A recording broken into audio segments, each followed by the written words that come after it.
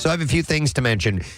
Josh Peck, known for his role on the Nickelodeon show Drake and Josh, has publicly expressed support for his former co-star Drake Bell, who recently revealed that he was sexually abused by a dialogue coach when he was 15 years old. So I finished up the series last night. I believe that was the last episode that I saw. Yeah, it's pretty wild. I watched the first episode last night and have yet to get to the molestation part of the whole show. Drake Bell's in the third and fourth episode. So Josh Peck wrote, I finished the Quiet on Set documentary and took a few days to process it. He wrote on Instagram, I reached out to Drake privately, but wanted to give my support for the survivors who were brave enough to share their stories of emotional and physical abuse on Nickelodeon sets with the world. Peck had faced criticism for not publicly addressing the revelations earlier, but Bell defended him and shared that Peck had reached out to offer support.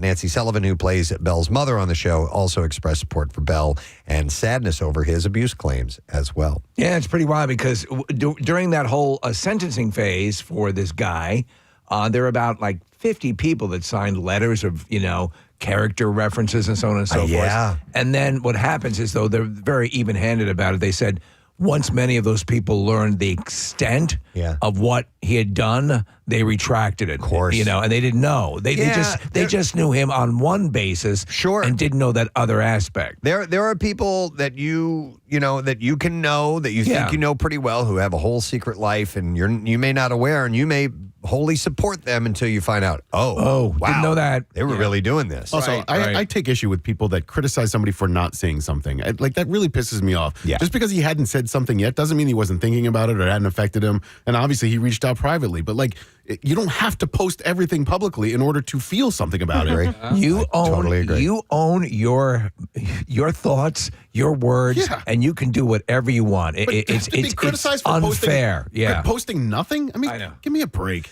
And then you get criticized for posting. That's right. All right, Johnny Depp has responded to recent accusations from actress Lola Glaudini, who claimed the actor berated and mistreated her while filming a scene for 2001's film, the 2001 film Blow. I said, bitch. Did you say bitch? I said, bitch. Glaudini recalled one scene where the film star Depp was doing a monologue, and director Ted Demme instructed her to burst out laughing when he said a specific line. She said, I hear the cue, I go, ha, ha, ha, ha, I do this big laugh or whatever, noting that she did it for several takes. She said, Johnny Depp, when they said cut, walks over to me, comes up to me, sticks his finger in my face, and I'm in a bikini on the ground, and he comes over and he goes, who the F do you think you are? Who the F do you think you are? Shut the F up. I'm out here and I'm trying to say my lines and you're pulling focus. You effing idiot. Who the F do you think? Oh, now it's not so funny. So now you can shut up. Now you can shut the F up. Oh, it's not funny now. So he was just kind of going on about berating her is what she claims. So Glaudini explained that she was especially taken aback because it was not only her first time on set, but also her first time meeting him. She said, the only thing going through my head was don't cry, don't cry, don't cry, don't cry. A representative, however, from Depp told The Hollywood Reporter on Wednesday, Johnny always prioritizes good working relationships with cast and crew, and this recounting differs greatly from the recollection of other members on the set at the time. In fact, the rep pointed to a statement from a guy named Sam Sarker, who has worked on Depp films like The Big Lebowski and Chocolat. The latter as Depp's credited sound assistant. He was credited as a sound technician on Blow. He said, as a sound person, you're constantly listening to what is going on set, listening for noises, listening for chatter. In fact, specifically, I would listen to Johnny's audio to check for interference, both during rehearsals and during the take. And I never heard anything like that, and that would have been a remarkable event, he said. Who is the gentleman who said this, Preston? His name is Sam Sarker. Is his brother Dick represented? Shut up.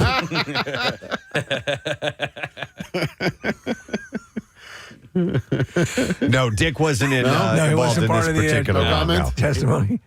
In her podcast, Glaudini also alleged that Demi didn't come over and say anything. He did not say, hey, Johnny, listen, you know what? I actually gave her that direction. Later that day, she claimed Depp called her over to his trailer to give her a non-apology apology, telling her, so earlier I was really in my head and staying in my character. I'm doing this Boston accent, and it's really effing with me. So, I'm a little tense and stuff, so I just wanted to make sure we were cool and everything.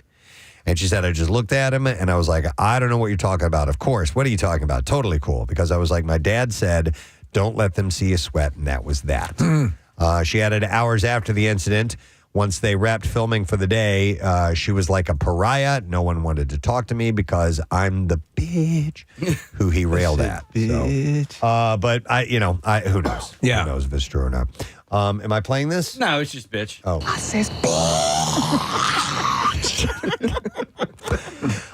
This is the story I was referring to about Matthew Modine today being his birthday. Millie Bobby Brown has her wedding plans in motion, and Mr. Modine revealed that he will be officiating the upcoming nuptials for his Stranger Things co-star and her fiance, Jake Bon Jovi. Right. The 64-year-old actor said he's happy to help Brown on her big day. You know what? This is so cool because if you have not watched Stranger Things yet, he is, as arch nemesis to her character as he could possibly be, and here he is officiating the wedding. So they must have gotten along great. Oh, I can only imagine, Which is really cool because he's really cruel to her on the show. Yeah. So I love the fact that they transcended that. As we speak, we have a side-by-side picture here in our studio disturbing. of Bill Weston and Matthew Modine, and it is so close. They look a lot alike. I was really surprised by the that. movie is going to be Privileged. So that's the name of the movie. Privileged. God, starring Matthew Modine. Matthew said, I have one of those licenses to get people married, and Millie thought that it'd be great when Jake said that it would be a great idea. So I wrote the wedding vows, and they loved what I wrote for them to join hands and become husband and wife. During a February 29th appearance, I didn't know this on The Tonight Show, she had talked about how Bon Jovi made the proposal one to remember. According to her, they both love to go diving together, and they were on vacation when he popped the question. He had planned an 8 a.m. dive that she almost opted out of. She said, he was telling me, we got to go to the same spot we usually go to. And I'm like, no, it's boring. Let's go somewhere else. And he's like, no, we have to go to this spot. Once they were underwater, he pulled out all the stops, and she said, he gave me a shell, and I turn it over, and it's a ring. And I looked at him, and I was like, and then she started gesturing because you can't speak underwater. So they were using sign language to try and communicate with each other. Unable to give him an answer below the surface, they both tried to swim back up. However, she said that she dropped the ring on the way up, and she said it plummeted so fast it was like a movie. Eventually, he was able to recover, and the pair have been officially engaged since April of 2023. Pretty nice. Good for her. I love her. Here's another lovely story. Surf legend Kelly Slater and his longtime girlfriend, Kaylani Miller, are going to be parents. He's 52. She's 36. They announced the news and with a collaborated Instagram reel on Tuesday. Oh, she's 52? No, he is 52. She's 36. Okay. The post was accompanied by Ben Harper's The Three of Us. Several surfers shared their celebrations. Names that I don't know. Ben Thomas, Mick Fanning, Philippe Toledo, and Nathan Florence all added their congratulations. So I haven't heard that name, Kelly Slater, in a while. Did you ever play his video game, the Kelly Slater Surfer? I did not. Was it good? It was good. Okay. I mean, but there, of that time, it was very, very. I mean, it was just like the water version of Tony Hawk's Pro Skater. Right. Ronda Rousey says concussions led to her retirement from mixed martial arts and professional wrestling. She made the comments Wednesday on her Instagram. The 37-year-old went 12-2 in UFC. She lost her final two fights via knockouts to Holly Holm in 2015 and Amanda Nunes in 2016. She said, my concussion history, I had to keep it a secret for years. Yeah. So I would be able to continue to compete and perform.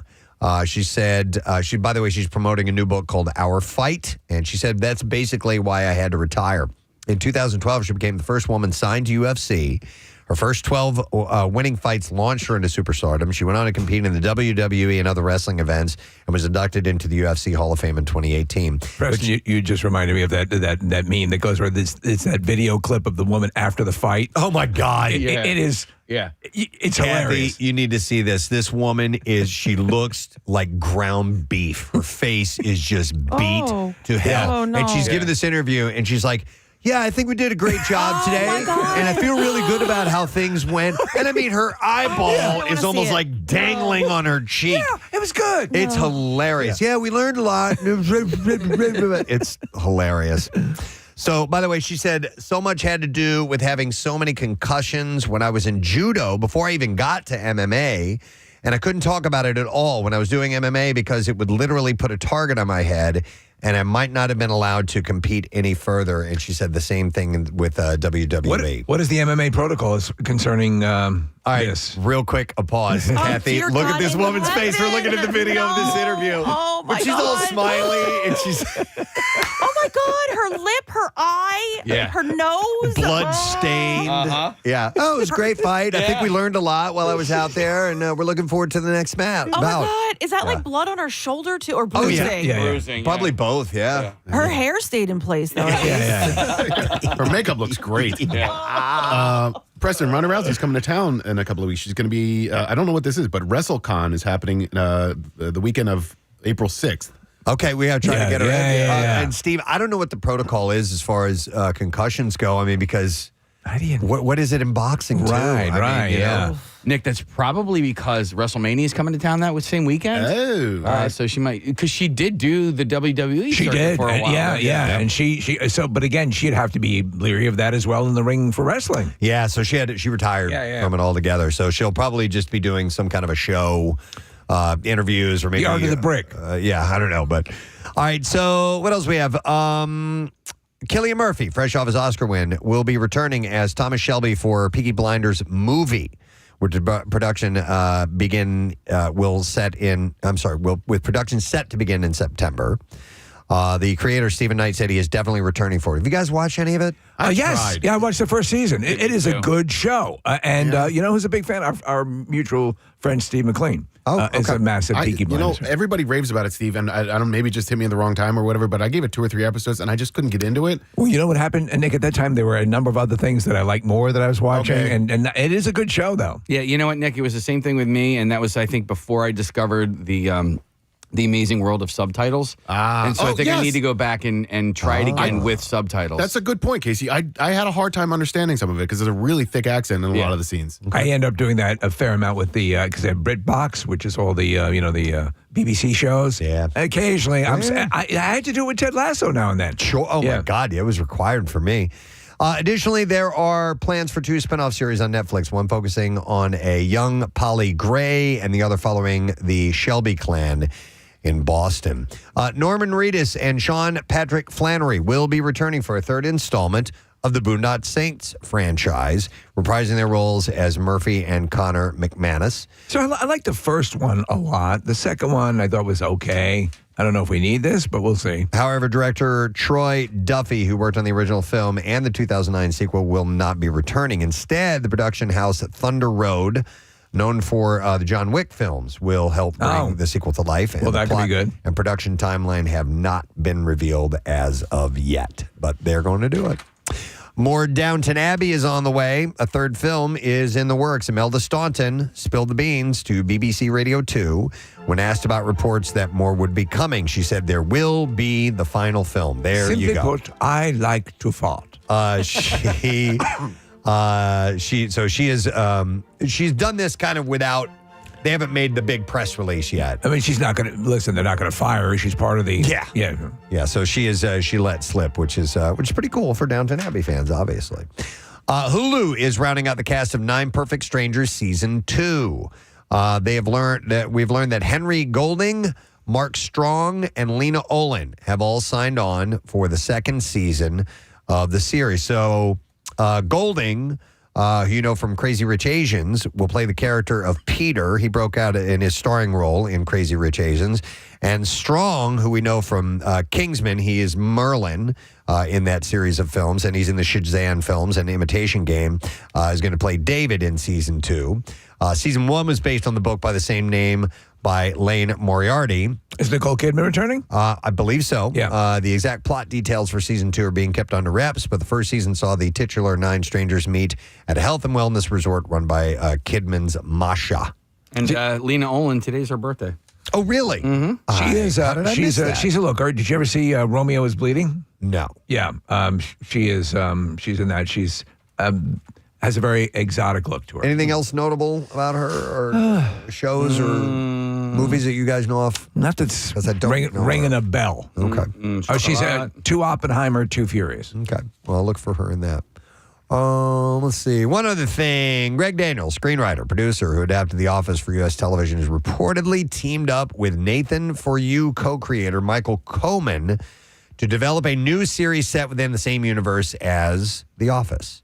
The mockumentary series will likely be set at a new office with new characters, but will live within the same world as the fictional Dunder Mifflin Paper Company. You know why I think this can work is because as The Office itself progressed over the years, there were cast shifts that were accepted. They integrated them well. So you just need the right people. So I didn't watch The Office, and I'm one of the few people that didn't, but Steve Carell's character. Yes. Is he...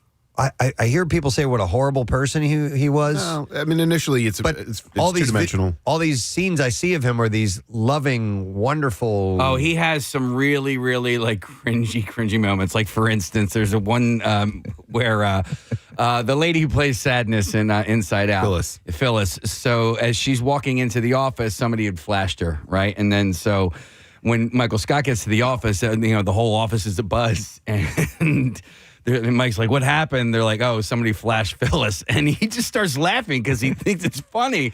And then, it's so, he makes it so awkward. And you know what I mean? But so his character evolves. Like, he does. His character really is kind of a jerk and a lot more one-dimensional in the first season, but he grows up a little bit. And by the end of his arc on the show, you realize what a good person he is. Okay. Yeah, there's one. Well, okay, I have to mention my favorite.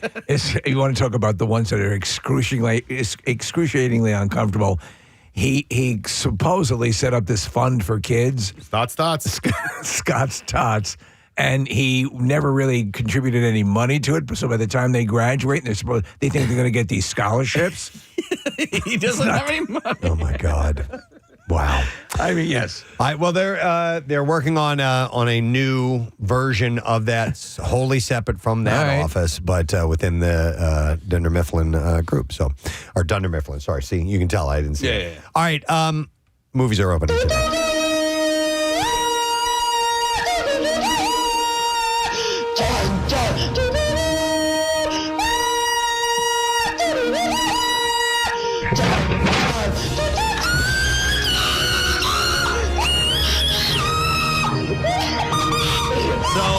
We had an early movie announcement yesterday with Roadhouse, so that's out. And then also opening today, Ghostbusters, Frozen Empire.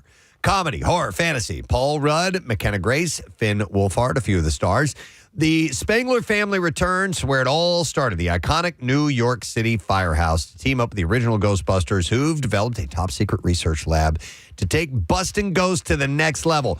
But when the discovery of an ancient artifact unleashes an evil force, Ghostbusters, new and old, must join forces to protect their home and save the world from a second ice age.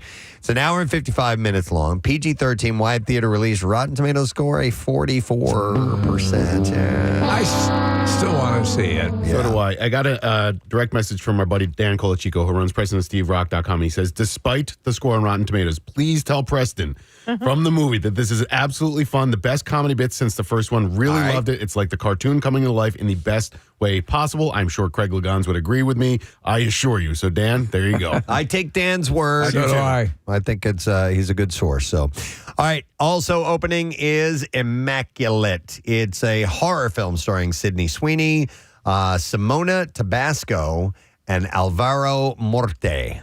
Cecilia, an American nun of devout faith, embarks on a new journey in a remote convent in the picturesque Italian countryside.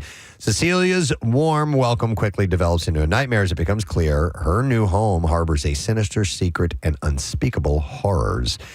Hour and 29 minutes long. Rated R. Rotten Tomatoes score at 78%. All right. I'm surprised they didn't mention, Preston. There's another horror movie opening up called Late Night with the Devil. Okay. 97%. And it's sort of a found footage, basically, but it cuts in between. It's about a late night talk show host who's competing against Carson, who brings out a girl who is possessed, and they try to bring the demon forward on the show, and stuff happens. Whoa. Yeah. All right. That sounds interesting. All right. Next, let's do the clips. Palm Royale, which is the new 1960s high society comedy, features a loaded cast of Hollywood elites. In this clip, Josh Lucas talks about working with Kristen Wiig, Ricky Martin, Laura Dern, Allison Janney, and more. You know, they said to me during the negotiation, they're like, you're the only actor who's not been nominated for an Oscar, who's not a comedy legend, who's not a global superstar, who's not a global supermodel. I really felt like, humbled by it. And I mean, genuinely, particularly when Carol Burnett came on board. Shut up, dummy. I love that guy. Josh Lucas is great. And you know he's great in Ford versus Ferrari. He's phenomenal. He plays a that supreme douchebag in that. But you need him to be on point. Absolutely. Yeah. Palm Royale is streaming now on Apple Plus. Here's our next clip. In the Roadhouse reboot, Conor McGregor plays Knox, one of the few characters who can go toe-to-toe with Dalton. And here, the UFC champ talks about the process of fighting on screen. The stunt team came up with a method. I think it's called the 4-pass method. Punch one side of the face, you punch the other side, punch in slow motion, and then you put a pad in front of the face. And then some method that they use where they blend all 4 of these movements together, and it's exactly like a smack. That headbutt was like I really headbutted him. I've never seen that before in a movie. Don't hurt. You put them together. Roadhouse is streaming now on Prime Video, by the way. Have you ever seen real, the masterful stunt coordinators coordinate a fight like a John Wick type fight? Cheating the camera, they call it, and so that the stuff looks really convincing. Yeah. And, when a movie has bad fighting, it just ruins it. It's an art form, and they started to give Oscars this year, I think. Here's what they did. Year? They did a weird acknowledgement. They did this whole tribute to them, but didn't present an award. They didn't have an award? No. There needs to be that. It's Yeah. become so important in so many important movies. Yeah. All right, and there you go. That's what we have in the entertainment report for you. So we're going to take a break. When we come back after these commercials, we are playing new music from Daughtry. Chris Daughtry himself will be in our studio in about 2 hours. Yes. And he's going to be here to perform that new song. But we're going to let you hear the actual release of the studio recorded version, and then he'll play a version of it here in our studio in a couple of hours. Pretty cool thing going on. We'll be back in a moment. Stay right where you are. Preston and Steve. Yeah. All right. Thank you, Kathy. Our friends from Jersey Mike's have wonderfully dropped off some goodies for us this morning. I want to thank John Vanacore from the Radnor store for coming by. He always sets us up with some good stuff. We will be giving away some Jersey Mike love in a little while. We have some gift cards, and it's going to be part of the Connoisseur. Hey! That is right. It's time for the Connoisseur. Thank you, Jersey Mike's. So we'll include some other prizes in there when we get to some of the movie clips, which has become a part of the Connoisseur segment now. All about food and drink and the good stuff that we all love to partake upon. So we need it. Let's dive right in to this first one that Kathy sent me, and say it ain't so, but the Chad's Ford Winery, one of the largest in Pennsylvania, has been put on the market by one of the founding families. I love them. Kathy and I shot a video out there We did. last year. And had a great time. It is a great place. I love going there. I can't remember if it was that time or not. No, we did. We were sipping some wine and some of the, and so there was a rosé that they had. I think we all went home with it. It was great. I took home some sangria. I still haven't cracked that open. I got to do that. Yeah. I drank mine probably that night. And they have like some really cool events. They were on my fall activities list years ago. They do like a wine trick or treat event for adults, and it was so much fun. I went out with a group of friends, and they had like little candies, and then but at each station you would get a different wine. It was a great way to do a wine tasting. So it's up for sale. They've been incredibly generous and charitable over the years. There's a gentleman named Corey who is out there and just always will donate stuff to different charities. But the location itself and everything about it is so awesome. We assume they're just going to sell it and the new people will operate it similarly, or Well, do we you know, know? Not necessarily. Not It's gonna do necessarily, what they want with it. Yeah. but they are selling the name, Correct. the equipment, whatever Right. product is left over. Right. So I think that's probably what they hope to do. But if you, Preston, did you see the price? Because I looked at Yeah, the price and I was like, well, that's not that bad. I Maybe know. we I could- have the full details. I'll get them here in just a second. Yeah. I went to a few events over the years there. I went to a wedding there one time. It was unbelievably gorgeous. Was it outside or inside? It was outside, but they used some of the inside facilities as well. Pierre had a wine from there, the Pierre That's Noir. right. That's great, yeah. which was really good. A lot of the grapes come from New York, like from the Finger Lakes region, and but they manufacture it there. And so, what's the price, Preston? So the Petrillo family is selling the Chester County business for about $4.5 million. The property for sale includes a 5-acre site, the business, and its existing equipment and furnishings, as well as all of its licenses. Oh, well, there you go. The winery was founded by Carl Petrillo and Eric and Lee Miller in 1982. 12 years ago, the Millers sold their part of the business to the Petrillos, and they retired. The family, who live in New York, have decided to sell the winery because they want to exit the business altogether. So it's not like they're in financial hardship or anything they're like done. that. They just they've done enough. I don't know how old they are, so maybe they're just hanging it up and they want to get out of the business. They want to become professional skateboarders. While a new owner could continue Chad's Ford Winery's operations as it is, the Petrillo family is willing to sell to someone with different plans for the property. Okay. I wonder if there's a business model out there where you could almost join the winery like a country club. You know what I mean? Yeah, no, I know exactly what you mean. There are, I'm drawing a blank, but there are businesses like that sort of model where you're sort of, almost like a subscription where you go and you're allotted a certain amount of samplings and things of that nature, and they may have like the equivalent of club members right now. Because I don't know. These places, unlike like microbrews and stuff like that, like right. Like mug clubs and stuff. Yeah, and because they have those, but like it's it's just a nice place to be. Right. Like it's just where everyone knows your name. Yeah. I want to say that they do have those at wineries, Okay. but I'm not 100% sure, but it sounds familiar to me. Because So. like whenever I drive past them, whether it's that one or any of the number of the ones that you drive past when you're headed down the shore or even down the shore, you're like, it's just like a.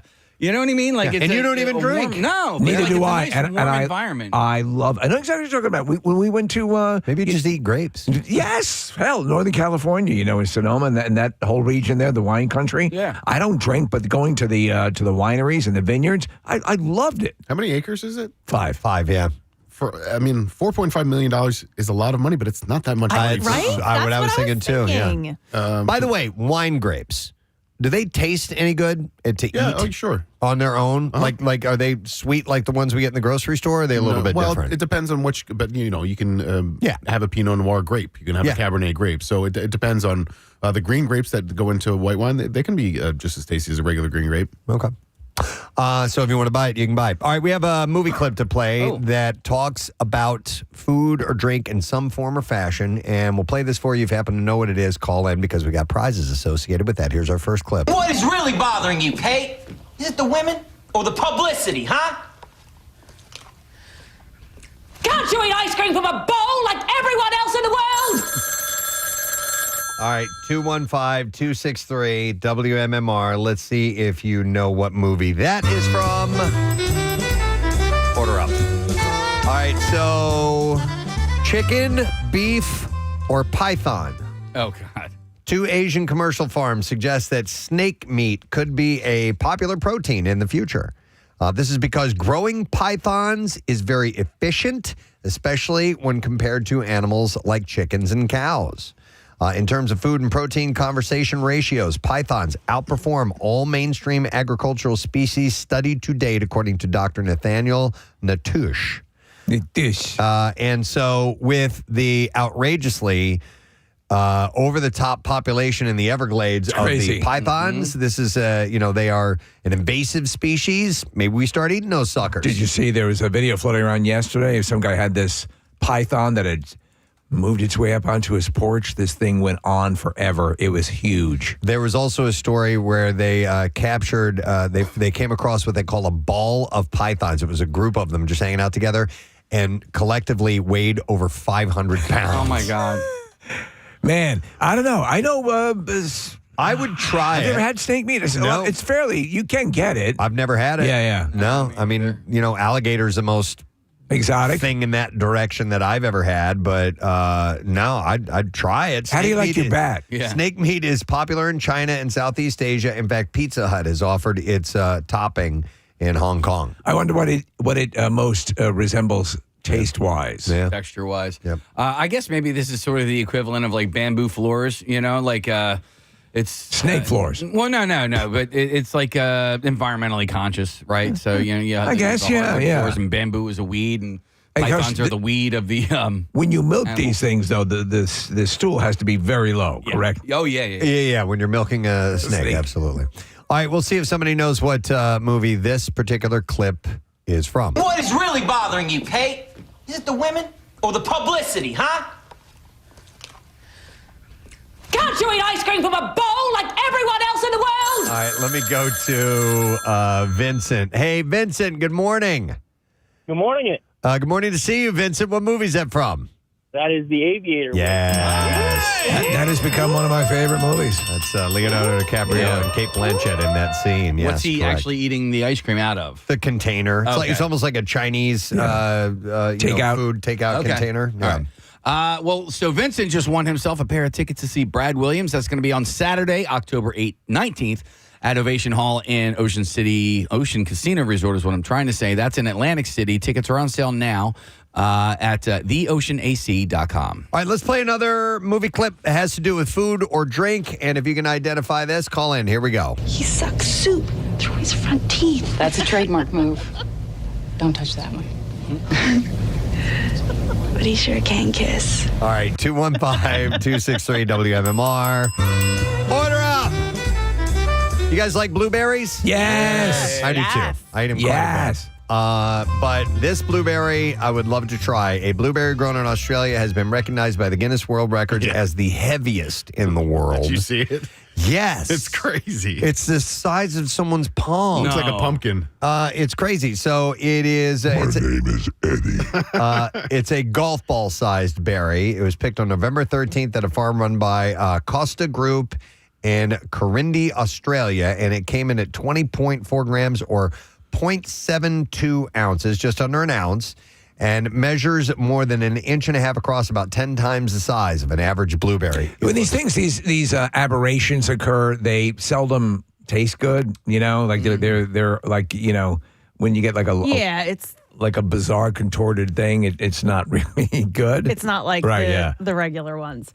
It's easily surpassed the previous record holder, which also came from Australia. That weighed 16.2 grams. This one is over 20 grams. That's huge. I love blueberries and granola in like a parfait Preston. A parfait. Blueberry pie. I love and just actually Hot just fruit. hot fruit snacking on blueberries. Yeah. Case, you were eating a lot of blueberries lately in your oatmeal. In my oatmeal, yeah. Yeah. So I think I prefer my blueberries mixed in with stuff rather than just eating them by themselves. I do the overnight oats with blueberries in them almost every day. Good stuff, right? Yeah. I like Cheerios with blueberries on them, also strawberries and bananas. Casey, there's a scene in The Avengers where Robert Downey Jr., Iron Man, has a bag of blueberries, and he's walking around the holodeck or whatever the thing is, the ship. Yeah. And he offers them up. He offers to Mark Ruffalo blueberries. The bag that he's holding looks like this weird solar tinfoil bag. Do you have any idea?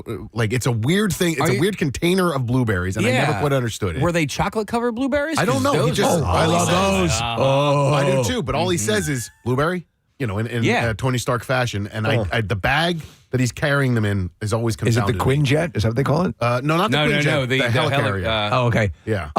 Yeah. Wow.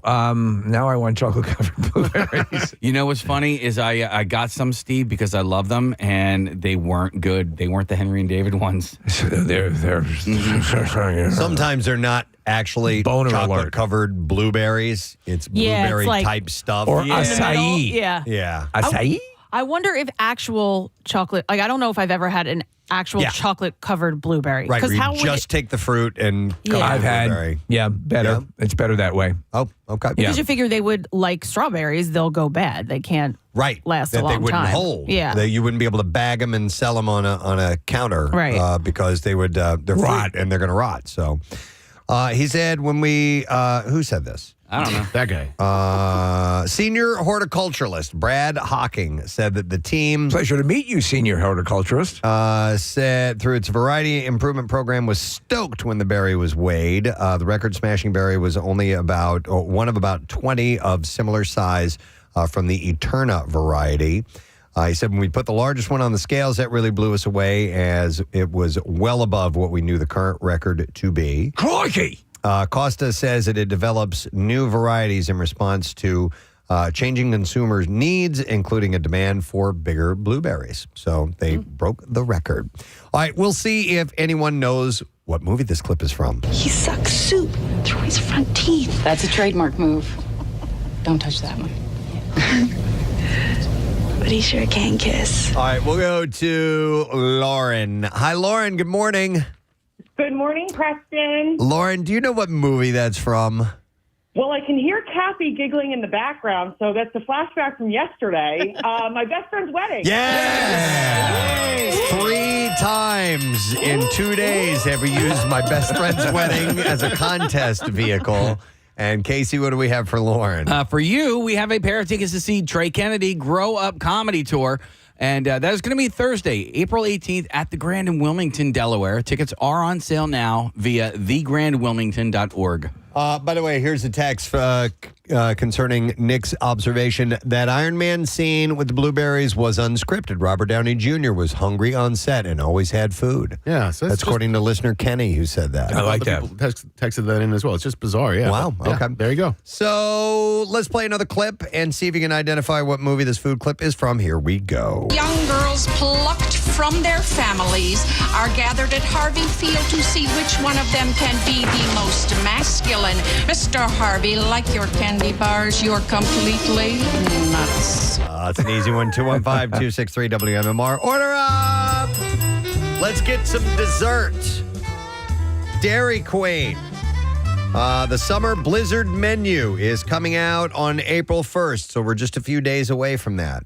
I'm a fan of the blizzard, except when you get too candy-ish in it. I'm not Don't like that. If you're putting stuff in, you got to keep it. By my reckoning, 1, maybe 2 things. But these candy stores in a cup, I don't like it. So the new flavors will include peanut butter cookie dough party. Sounds like something you'd be into. The ultimate cookie.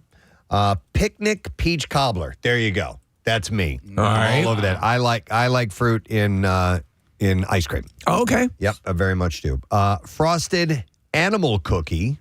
What kind of animal? Like animal crackers, kind of? I assume so. No, roadkill. Animal crackers. It's funny that they're animal crackers. They're actual cookies. Yeah. Yeah. You know. Tim Graham and I have had this ongoing thing about animal crackers. To me, they're like dry and they're kind of bland and not worth it at all. Tim Graham will go into a vending machine and be like, "Oh my God, there's animal cookies. I'm getting them." So with the animal crackers, they're the ones that are kind of halfway shaped. They kind of look like animals, like blobs. I always liked the circus cookies. Me too. That came in the rectangular box. No, had a little cage on the front with animals in it. That's what Tim Graham and I would argue over. Really? Oh no, I like those. Yeah, he loves them too. No, really, it's not worth it. This is something. So I do like animal crackers. I think with like tea or something. Yeah, they're wonderful. Yeah. And you and I believe, see eye to eye on the biscuits they give out on flights. The Biscoff. Right. Nick gave me some from our flight home. Well, they're sitting on my desk if you want one. They're good, aren't they? I'm flying tomorrow, so I'll get some then. I love them. Yeah. They dissolve. I'm sorry to interrupt, Nick. If you dunk them in coffee. Perfect. But here's the deal. Some cookies and things you got to give it about 3-4 seconds, something like that. Yes, you know. Instantaneously, maybe a microsecond.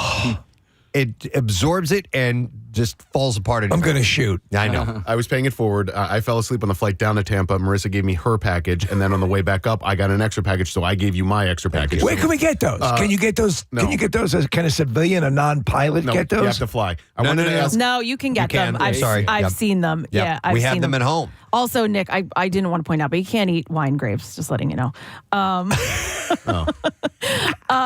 Sure you can. No, I mean, no, doesn't mean that you just won't like it. You can. You but they're can not eat. gonna be You good. can eat pavement. We don't let. on the flight, I got those cookies, and I knew you loved them, and I'm not a huge fan of them. Right. And I was like a little drunk, so I had some, and I'm out. They're not worth it. They're like the animal crackers. I like the animal crackers. Do you think animal crackers is a misnomer? Should they be called animal cookies? Yeah. Well, the Brits call them biscuits, cookies, biscuits, right? True. But are there two different? Are there animal crackers and animal cookies, or is it? Well, the the ones that same Preston's thing? talking about, I want to see the box cover for that because I don't. To me, that they all fall in that same realm, and I think we've all agreed on this. Those Danish tins full of cookies. Yeah, there's only a couple in there that I actually And they're like. not even really that great. I love them all. Yeah, I love them all. I almost wonder. Sorry, I was gonna say, Preston. I wonder if the cookies that you like, the animal crackers that you like, if they'll change the box that it comes in now that the circus doesn't have animals. It doesn't have the animals because it's supposed to look like a train from car. the circus. Yeah, I looked up circus cookies, and that's not what I was talking about, unfortunately. I almost is it a Barnum and Bailey brand? No, I don't think so. No. Aquatin? I don't know what that is. Yeah, Barnum's Animals. I was right. Barnum's Animals. No kidding. That's it, right? Yeah. Those are the ones. Yeah, they're called crackers. This is Barnum Animal Cracker. All right, then I'm way off. So Barnum, Casey, those are the ones that I have fond memories. It's now Nigerian contortionists. Yeah. The crackers, the cookies are a little more ornately designed, Yeah. they're a little more detailed, and I thought they tasted better. They do. I almost bought them the other day. I went to my store to look specifically for. Do you guys know that they have a Cinnamon Toast Crunch cookie now? No. I love Cinnamon Toast Crunch. I know, and they're soft. They're not like me right now. Yeah. When you get an animal cracker, you eat the head first, right? Of course. Okay. Yeah, most definitely. I don't know. Sometimes I like the mud vein. Hang on a second. Mud vein. You eat the whole thing, do you not? No. You actually take a You bite? take a bite. I take a bite. No. Yeah. You shovel that whole thing in that giant mouth. Listen, I know who I am. I accept my weaknesses. And I will inhale most foods like a boa constrictor. However, when it comes to animal crackers, the whole box, you have to bite the head first. Yeah. Put a design on it, and Nick changes his way. Thank you. I call BS. You're wrong. You can call it however you want. I've seen you eat a whole banana. So here's what we do. I have that Eufy Wi-Fi camera. Yeah. Nick, you're in on this, but you're going to have to, at some point, you may find a box of these cookies on your desk. It is impossible. There might be a camera trained on you. You have to eat the head first. You have to take a small little bite, and then you can proceed with the rest of it. It's funny because I give my dog. There's orange and blue treats for digestion, blueberry treats, little like animal, but they're bears. And so I'll crack the head off, and I feed her the head first. Yeah. And then she has the body. Yeah, same goes with Teddy Grahams. Head first. All right, let's see if someone can identify this clip here. Young girls plucked from their families are gathered at Harvey Field to see which one of them can be the most masculine. Mr. Harvey, like your candy bars, you're completely nuts. All right, we go to Christine to see if we can get an answer. Hi, Christine. Good morning. Good morning. All right, Christine, movie, please. A League of Their Own. Of course. That is correct. Hang on, Christine, because Casey's got a prize for you. You got a pair of tickets to see Trey Kennedy Grow Up Comedy Tour Thursday, April 18th at the Grand in Wilmington, Delaware. Tickets are on sale now via thegrandwilmington.org. All right. Let's do another movie? Do another movie clip. Yeah. All right. What is this from? Here we go. You know what this is. I know what this is. This is an espresso machine. No. It's a snow cone maker. That's what it is. All right. 215-263 WMMR. Let's see if we know the answer. All right. Order up. Next up, forgetting eating an apple a day. Eating this vegetable will actually keep the doctor away. Dr. Poonam Desai, Oh, I love that guy. an emergency medicine physician, often shares health hacks on social media. And in a video, Dr. Desai revealed the vegetable that she eats regularly. I was thinking of a different guy. She eats regularly to stay healthy, and that would be onions. Onions contain something called quercetin, which gives onions its powerful antioxidant and anti-inflammatory benefits, she said. Do you eat a lot of onions? Every day. In my salad, I have raw red onions that I put in At there. home, when my children play potato. Yes, we know. We can smell it in the office. I'm an onion fan. Oh, really? I can. Right? You can smell it too. I don't spend a lot of time when. Yeah. Yeah. No. Sniffing Preston's food. I can when you bring that container into the office, I can smell the onions. Is it an unpleasant smell to you? Yeah, I don't like onions. I especially don't like them raw. I can maybe Cooked. handle them cooked, but usually I'll just kind of brush them to the side. I do like onions in a salad. Like a Mediterranean salad. I do like them. on a hamburger. Yeah. Yeah, absolutely. Me too. So I eat them fairly consistently, not every day. I think I prefer grilled onions to raw, but Preston, it's interesting about your salad with Kathy because when you have the salad in here, I can smell the vinegar, which is a pleasant smell to me, but I don't think I detect the onion smell. Okay. Maybe together. Maybe, I don't know, but Kathy's got a really, really Two great sensitive tastes that taste great together. So Kirsten offers a long list of health benefits, including reducing your risk of heart disease, high cholesterol, and prostate cancer. The natural compound is well researched and is often used in functional nutrition and functional medicine to help pacify an overactive histamine response to the immune system. How about that crap? Red onions contain more quercetin than white or yellow. And she said if you cook the onions, it decreases the level of quercetin in the onions. So she said, I opt to eat my onions raw so that I can maximize the health benefits. The doctor I was thinking of is Dr. Pradeep Jamnadas. Oh, okay. By the way. Yeah. And he's got some really, really good tips on docking. On docking and nutrition and fasting and okay. Yeah. Kathy, you're still in luck because for those who don't want to bite into a raw onion, quercetin, it can also be found in other foods such as red wine. There you go. Oh, perfect. Green tea, berries, and apples as well. Oh, okay. Yeah, so Can someone OD on this? I don't know. I don't know if they've found that yet or not. All right, let's see if you know what movie this food clip is from. You know what this is. I know what this is. This is an espresso machine. No. It's a snow cone maker. That's what it is. All right, we go to Charles. Hi, Charles. Hey, good morning. Morning, buddy. All right, Durka, buddy. All right, what movie is that from? True Lies. Yes, Arnold and True Lies. Just on last night. And we got some good eats for you, man. Case, what are we going to give them? As a matter of fact, we have a $50 Jersey Mike's gift card. And by the way, Jersey Mike's Day of Giving is going to be next Wednesday. Actually, technically this Wednesday, March 27th, where 100% of the day's sales will be donated to their local charity. Nice. So you can go see John, who brought by our goodies this morning. He's at the Radnor store, and he was nice enough to drop off food for us today. Love it. Thank you, John. All right, let's do one more clip, and then we'll wrap with another story. Waiting and on said clip. Oh, we Hang are? on. Yeah. Oh. You know, I'm all the way up, Marissa. I can't go any further up. Just give me a moment here. Isn't that an Eagle song, All the Way Up? That Eagle song? Fly all the way up. Fly all the way up. I thought you meant the Eagles like Don Henley. Fly all the way up. The birds. Football. There it is. All right, we Yes. good. All right, let's see if you know this clip. Hold on. My mom's sending me a text message. No way! We're having macaroni tonight. That means garlic bread. Yes! Awesome. All right, what movie is that from? All right, here we go. One last story. Inflation has impacted most grocery store staples, but apparently bananas seem to stay affordable. How does that happen? Dude, According right? to Axios, bananas have remained a historically recession-proof food. Bananas, another thing that I eat every day. In January, the average price per pound for a banana came in under 62 cents. You know, be the perfect produce for you, a banunion. Banunion. That's perfect. It just ties them both together. At Trader Joe's, a banana costs as little as 19 cents each. And this is because labor costs are low and the crop yield is very large. Bananas also spoil quickly, which means that the fruit is priced to sell. So they want to move it or that it's a waste, that it's a loss. Also, bananas are, I think, off. They're easy to pick. They're easy. You can take them with you, too.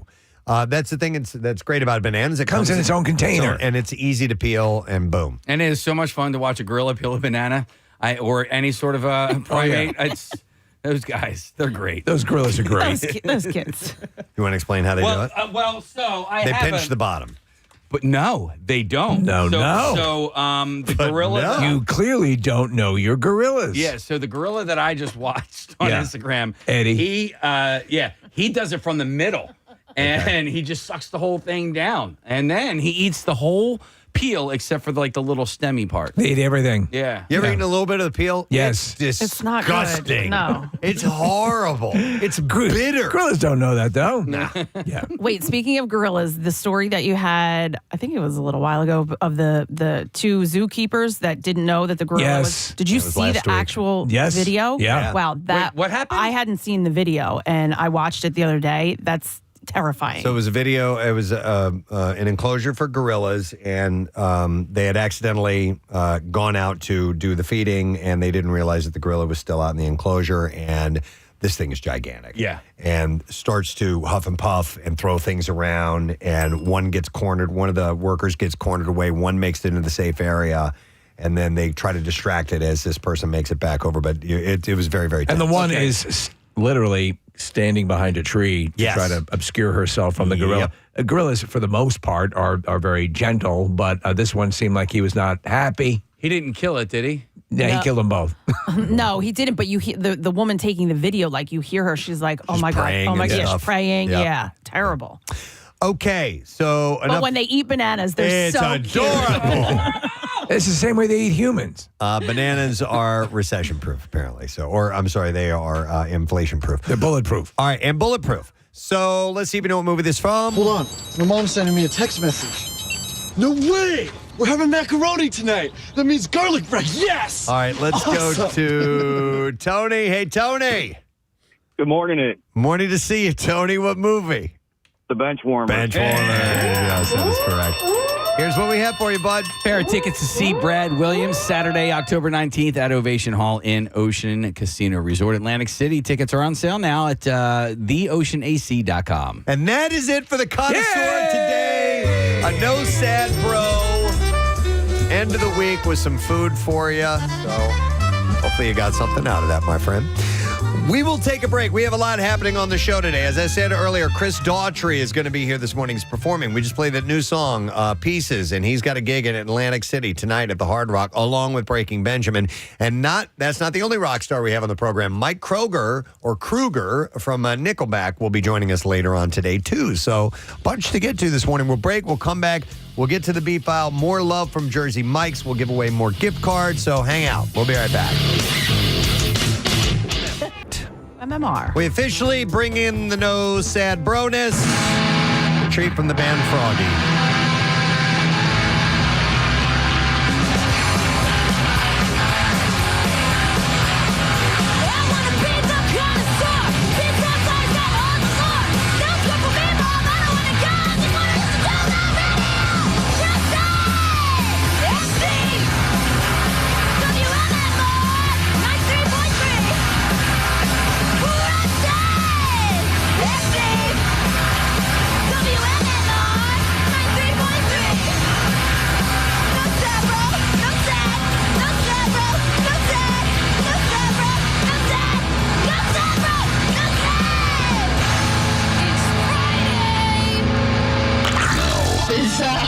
WMMR presents Preston and Steve's Bizarre File. Bizarre File time. And this morning it is brought to you by Helium Comedy Club, bringing the laughs to Philly for many years. Helium Comedy has the best comics of today and tomorrow, live every week, and tickets and lineup at heliumcomedy.com. I love this story. A witness for the prosecution in the Young Slime Life racketeering trial. Young Slime Life? Yeah, I think it's a rapper. Or okay. It has to do with hip-hop. So anyhow, in the trial, the witness for the prosecution told the judge that he was so high he might just fall asleep while testifying in criminal court. Oh, boy. Adrian Bean is one of the people that the state have sought to use to establish that hip-hop recording artist Jeffrey Williams, better known by his stage name Young Thug, was at the scene of a drive-by shooting that took the life of Donovan Thomas Jr. in 2013. Bean, however, has not offered particularly illuminating testimony in the case so far.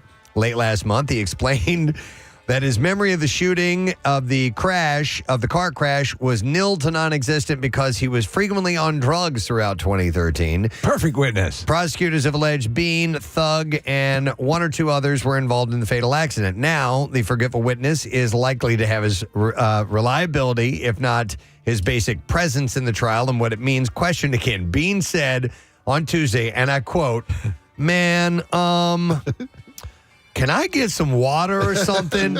I'm so high right now, y'all. I'm about to go to sleep on y'all now. I am." Yeah. So, in court. We have on nothing. the stand. We have nothing further, Your Honor. Yeah. An attorney then asked to approach the witness. The judge allowed the lawyer to bring Bean a bottle of water and then allowed the testimony to continue. Of his earlier time on the stand in late February. So This I is don't in Georgia, know right? what's going to end up happening with this. Did I say Georgia? I don't know. I'm not really sure. But nonetheless, he was so high before going into court and during court that he felt like he was going to fall asleep. The court would like to find out when you feel you will no longer be as high. Yeah. It's in Fulton County. Okay. It is, Georgia. So. It is Georgia? Yeah. Okay. A woman in her 70s, this is a terrible story, opened the door to an elevator in her New Jersey apartment building, stepped inside, only to plunge down the shaft because the elevator wasn't there. Oh, man. Now, fortunately, she fell from the first floor. She was hurt, though, and the young granddaughter she had just picked up from school was left staring wide-eyed. The woman was trapped. Neighbors at her Jersey City building said they could hear her screams as panic set in. Brandon Rennick and his cousin raced to help, first securing the child who was still safely on the first floor landing. Jersey City Fire Rescue officials also responded to the scene. The woman was hospitalized with serious injuries, including a broken elbow and stomach tear. It's not clear what went wrong with the elevator. Caution tape was seen blocking off the entrance after the incident. People who live in the building claim that the elevator problem is just the tip of the iceberg. Do you remember the L.A. Law, the series L.A. Law? One of the main characters, the same sort of thing. That's how they died? The doors are open. Roz was her name, walks right around and down. Yeah. I guess if it's dark or you're just kind of half paying attention. Right, and she was talking to someone. Yeah. If you do that, go in and out of that particular elevator, you may not think about it. Wow, that's messed up. In Michigan, his virgin strawberry daiquiri wasn't exactly virgin. A 12-year-old was accidentally served the adult version with rum at an Outback Steakhouse. And he said he knew something was wrong because his drink didn't taste normal. I really love you guys. I do. That'd be funny if they were just doing it that way to go with the Australian. Sure, the Australian reputation. Yeah. The daiquiri contained rum, and the youngster took a few big swallows of it before he got out. Before he figured out what he got. Son of a bitch, that's good. He said it was I needed that. It was a funny feeling. He said his head started to hurt and his heart was racing. The family says they immediately asked the server to confirm the mistake with the bartender, who did. The restaurant apologized and comped the bill. Outback Corporate also released a statement saying, "We take the situation very seriously, are thankful that the child involved was not seriously harmed. We have taken the appropriate disciplinary action, and all our bar and staff have been retrained." What is the drinking age in Australia? Don't know. Yeah. Not really sure. Probably is 11. As a precaution, the family took the boy to the hospital where he was given Tylenol and told to rest. And yes, the family says he did have his first hangover the next day. And he picked up the waitress. 18 years old, Steve. Oh, is wow. the legal drinking age in Australia. Police arrested a man accused of using a tow truck to steal at least 7 vehicles throughout Philadelphia and selling them to a scrapyard. This is actually pretty ingenious. Lamar Miller is charged with 7 counts of auto theft, receiving stolen property, and possessing an instrument of crime. The investigation began on November 9th when police received a report of stolen vehicles. Surveillance video showed the victim and their Honda Accord being stolen, as well as a tow truck being operated in the same area. He was just using a tow truck. Yes. Just towing things away. They do this a lot in parking lots. Investigators determined the tow truck belonged to Miller. Miller's vehicle looked like an ordinary pickup truck, but it had a towing apparatus that came out of the rear. All right. So I it's didn't like know a James that. Bondian type of thing. It's according to the police, they said it's not easily recognizable of being a tow truck.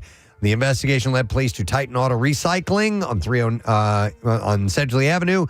Police then determined Miller sold at least 7 vehicles to the auto recycling center, earning between $300 and $600 for each vehicle in exchange for the metal. So just clipping the whole car and then having it chopped up. Yeah. And just taking it Yeah. with his little stealthy... This is mine. Yeah, his little stealthy tow truck. One last story. I saved the best for last. 2 Taiwanese college students have been accused of engaging in a bizarre act of insurance fraud.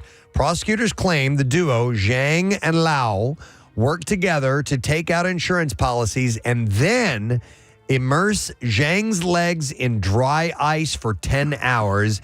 Zhang then needed to have his legs amputated, and he claimed that he had suffered from extreme cold from riding on a scooter at night. What?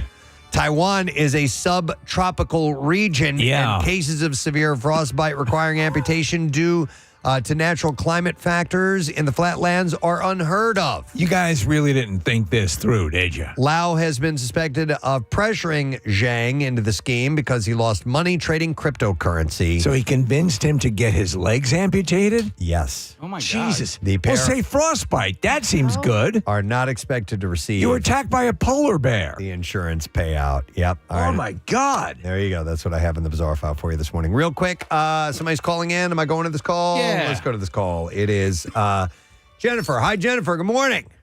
Good morning. How are you? Great. What's up, Jen? Thanks for taking my call. Sure. I did not call last year because the O'Hara girls team did not make it to the state final. But the 2 years prior to that, they did. So the first year I called in to do a shard out, and I was told you didn't do live shard outs. But because Casey's an alumni, Yeah. you guys did it, and they won. And All then right. the year after that, I called again, and they won. And So you're last just year doing they it didn't again. make it. So All right. we're doing it again because, we're superstitious. All right. So we're trying to get a live start out for the girls who play in the state championship All tonight. right. Well, I'm going to give you one right now. All right. One second. There you go. All right. When is the state championship? It's tonight at Hershey. All right. Tonight at Hershey. I And, know who they're playing. I listen. The girl I graduated, Chrissy Donahue, is the head coach. The girls basketball team has been a dynasty for years and years Thanks and years. to us, obviously. Well, Yeah. mainly to you. Oh, yeah. I have the button. Yeah. So good luck and congratulations for making it this far. Yeah, and it's great too. 3 of the girls who played are in the NCAA tournament this year. Very nice. One for Richmond, one for Marshall, and one for Drexel. All right. Cool. Excellent. Yeah, so All shout out right. to them too. So Thank you, Jennifer. thank you. All right. We'll see you later. All right. We'll need a report back whether they win or not. And Threw see if- another one on there. see if that continues. Another local team. They play Springford tonight. Yeah. Springford. All Yeah. right. Very nice. All right, we got to take a break. We are going to have, joining us in just a little bit, Mike Kruger of the band Nickelback. They have the movie Hate to Love Nickelback. 2 nights only, March 27th and 30th. You can get tickets at nickelbackfilm.com, by the way. And then after that, we saw their caravan roll into the parking lot. Chris Daughtry is performing live in our studio. Stay put. We'll be back in a moment. For traffic on 93.3 WMMR. Mike Kruger of Nickelback will be joining us in just a moment, but we have a little bit of time. He's going to be on a little less than 10 minutes or so. I should clean up my junk drawer before. This might be my only chance to do it, so. It's the junk drawer. Preston's cleaning out his junk drawer. Getting things out of his junk drawer. Finding stuff here in the junk drawer. First thing we're going to start with in my junk drawer is Kathy's Her Stories on Sunday morning on WMMR. Let me dig in here and... Oh, here, Kathy, what do you find in there? Okay.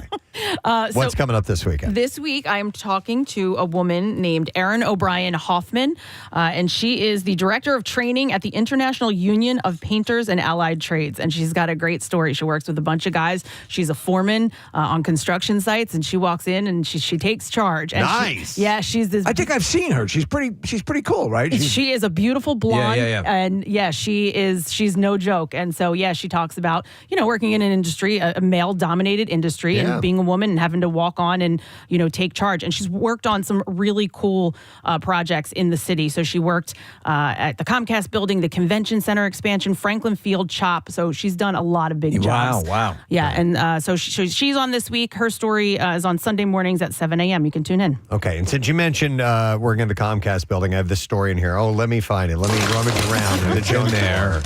Oh, well, there it is. All right, so anyhow, the Phillies are going to be partnering with Flyers owner Comcast Spectacor in the company's plan to turn some of the parking lots of the stadium district into this huge year-round sports entertainment complex. So we had talked about the plans already, but now the Phillies are officially on board. And for I this. like what they're apparently bringing to, hopefully this all gets done, but it looks pretty cool. They announced Thursday that it will join in seeking development rights and other approvals for what is projected to be a 10-year, $2.5 billion metamorphosis. The project, if completed, would put restaurants, shops, hotels, apartments, and a 5,500-seat performance stage on acres of asphalt that fill with cars on event days, but otherwise would stand empty. Comcast Spectacor chairman and CEO Daniel Hilferty had said that he had cited popular and profitable sports and entertainment developments in other cities, such as Inglewood, California, where Hollywood Park is next to SoFi Stadium. You've got the Rams and Chargers, and also in St. Louis, the baseball Cardinals opened up Ballpark Village at Busch Stadium. So they're looking at those models. Have you seen that? Have you been there? Have you seen that? I haven't been there. I've driven by the St. Louis, what they've done at Busch Stadium. It's really cool. It's nice. It's a plenty of area. You want to walk around. That's what they need. They need Take that. it in. Yeah. It's that type of thing. I've heard the LA one is like that, and Inglewood used to be kind of run down and beat up, and the Clippers are going to open up their new arena there this fall, and SoFi Stadium is supposed to be really nice. So it's cool that they're even dreaming of this in South Philly because there's so much wasted space. No, tons of it. I was lucky enough to go to SoFi this past year, and it really is. There's this big pond out front, and people kind of gather around the pond. The only thing and they pee in it. There's no tailgating per se as we know it, but it's farther away, and it's wild. I literally got out of the car, and you had to have a ticket to get into those lots, and there was no tailgate lots. And then you walked a half a mile, and then the parties were So over to there. that point, with the reduction, it'd be a sizable reduction in available parking. Yes. Yeah. Right. Where So- are you going to park? Because this Phillies plan looks really cool, and Flyers plan, but Where are you gonna park? They're removing all of the parking know. lots. Yeah. And I don't know where you then park. I don't know if they'll build garages, Nick. Yeah, or maybe They said go there's going to up be a with lot it. right next to the Catapult store and the Make Your Own Veal shop. What? That's random. Listen, that might be an unsung group of people out there Absolutely. who need an You outlet. shoot your own cow? Or? So there are two phases. Just I'm raise just it in going a to small move pond. along. The Okay. first, rising on property for which they hold development rights. That space runs from Broad Street to 11th and from Patterson Avenue to the Wells Fargo Center. That area will hold a performance venue, a hotel, retail shops, and restaurants, an outdoor plaza, and new parking. So this first phase is expected to get underway this year with a $12 million renovation of Xfinity Live Sports Bar. Which was exciting enough. And that will the whole thing will conclude in 2028. The second phase is more aspirational. They're looking to link FDR Park and the Navy Yard to That's great. the sports complex. And the Forbidden City. Yeah. Oh. Yeah, that's yeah. extensive. I mean, honestly, I hope that because FDR Park is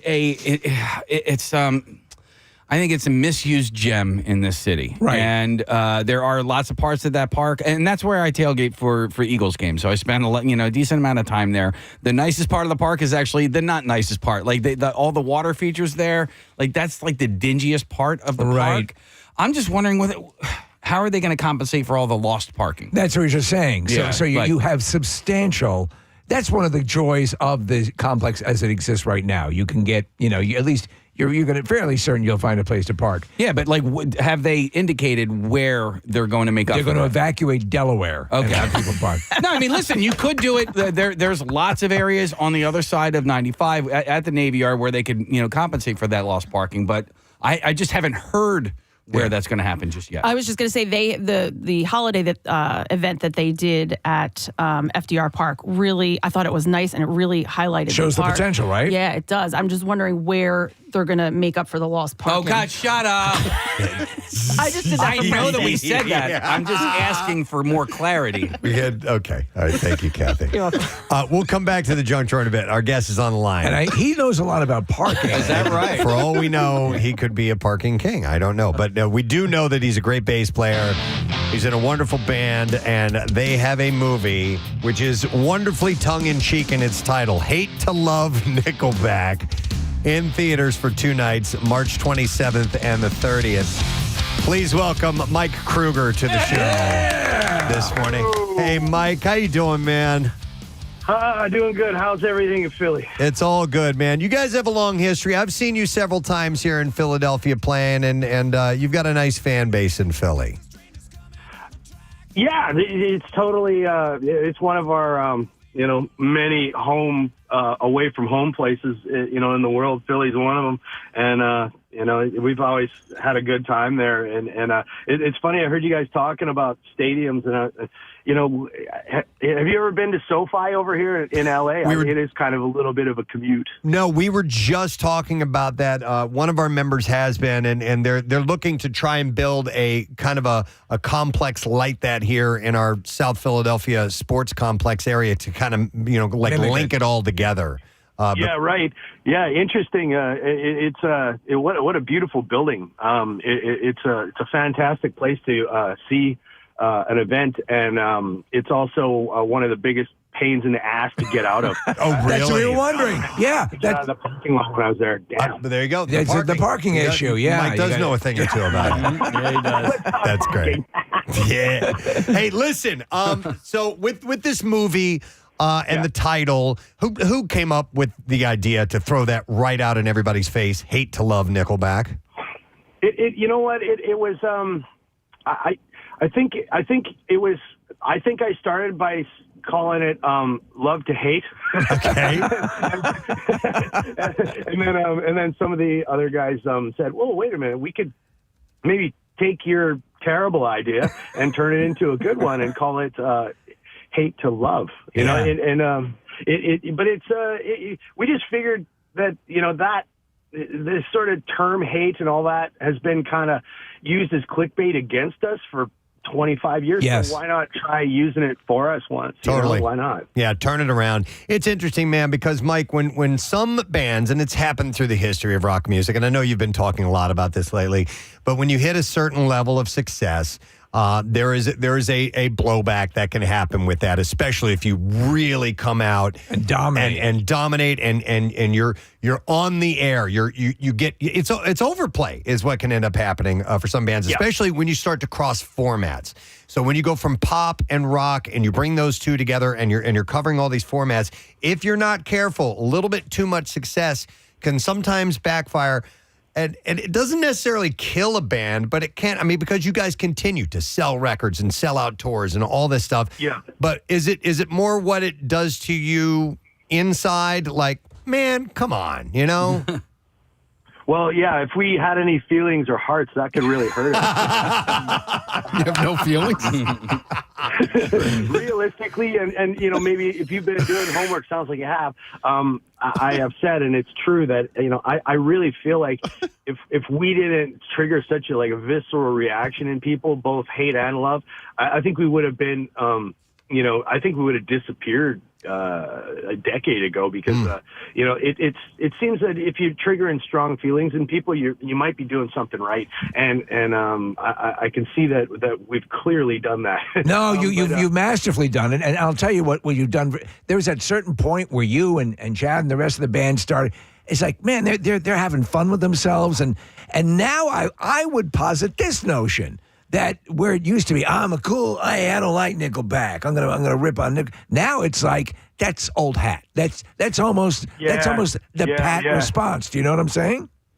Yeah, well, it almost seems like people might be cowards because it's sort of like when the prevailing sentiment is you got to hate this thing and everybody hates this thing. You don't really see anybody step out of line and going, "Oh, well, I kind of dig it," you know. Whereas if everybody's supposed to love something, then no one wants to step out of line when everybody's saying how great something is. You don't necessarily, well, maybe in Philly, but you don't necessarily hear somebody jump on and go, "Yeah, it sucks." Right. You know what I mean? It's generally speaking, people are cowards and don't really buck the trend or go against the prevailing current or whatever. No, absolutely. But, ultimately though, that whole thing about, you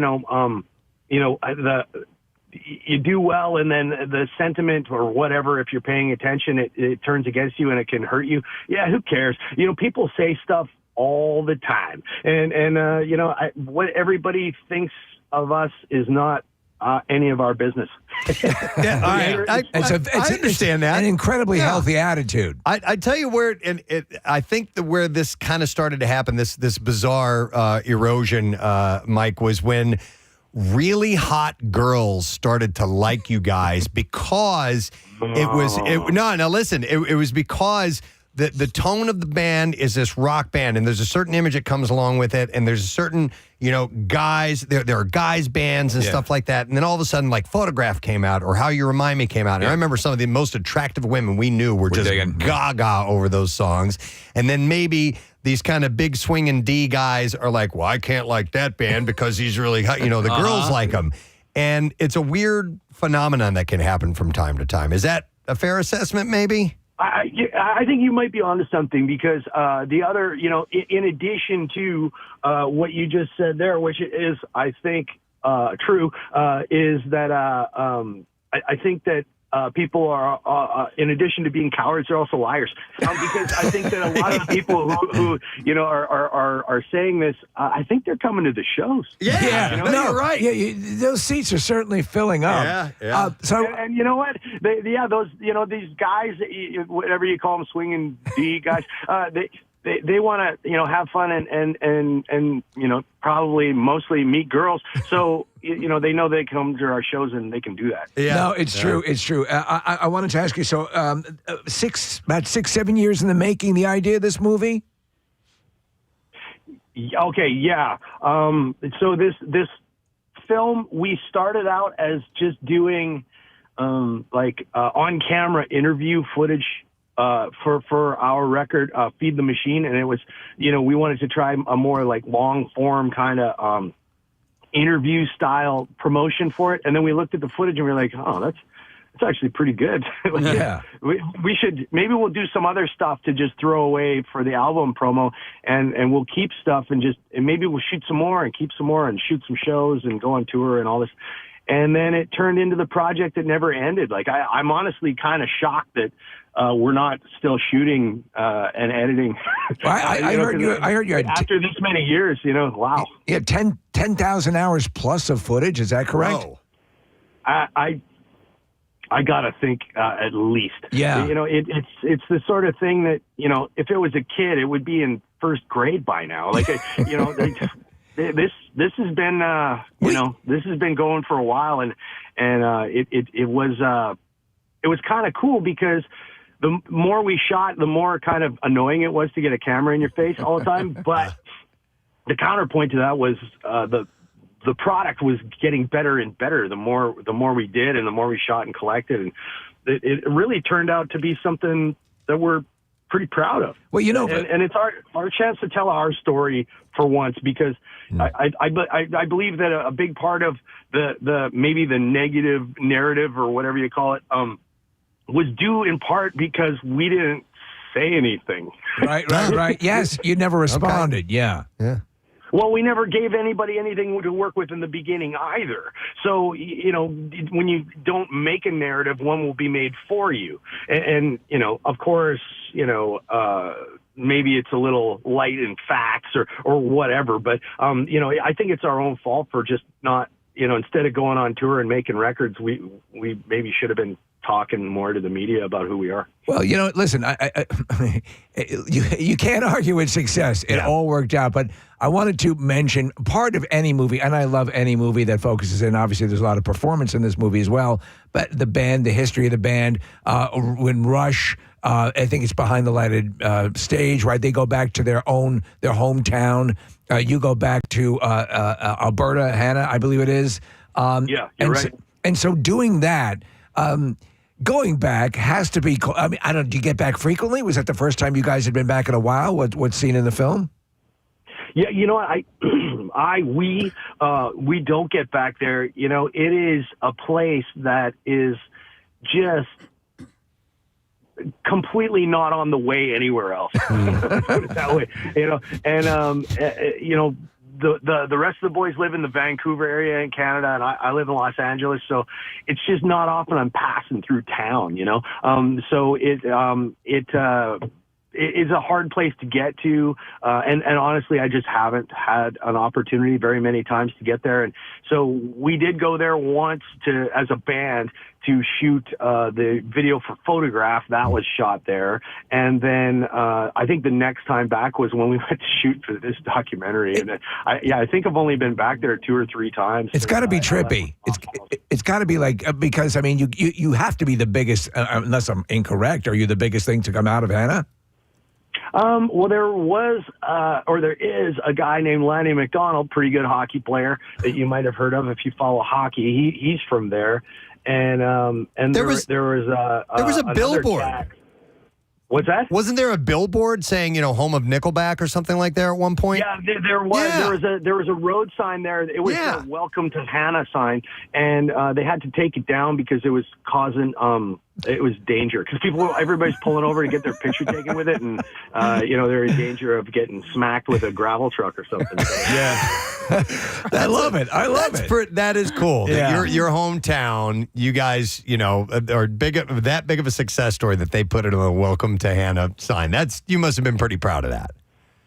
It's pretty cool, and that town has been behind us the whole way. Actually, they're going to be screening a version, or they're going to be screening this documentary in our town in the old community center because our movie theater burned down about 20 years ago, so we don't have that in Hannah anymore. But they're gonna show. They're going to show the documentary at the community center. This is a town of 2,900 people. Wow. This is not a big place. Yeah. And so the movie theater burned down 2 decades ago, and they never replaced it.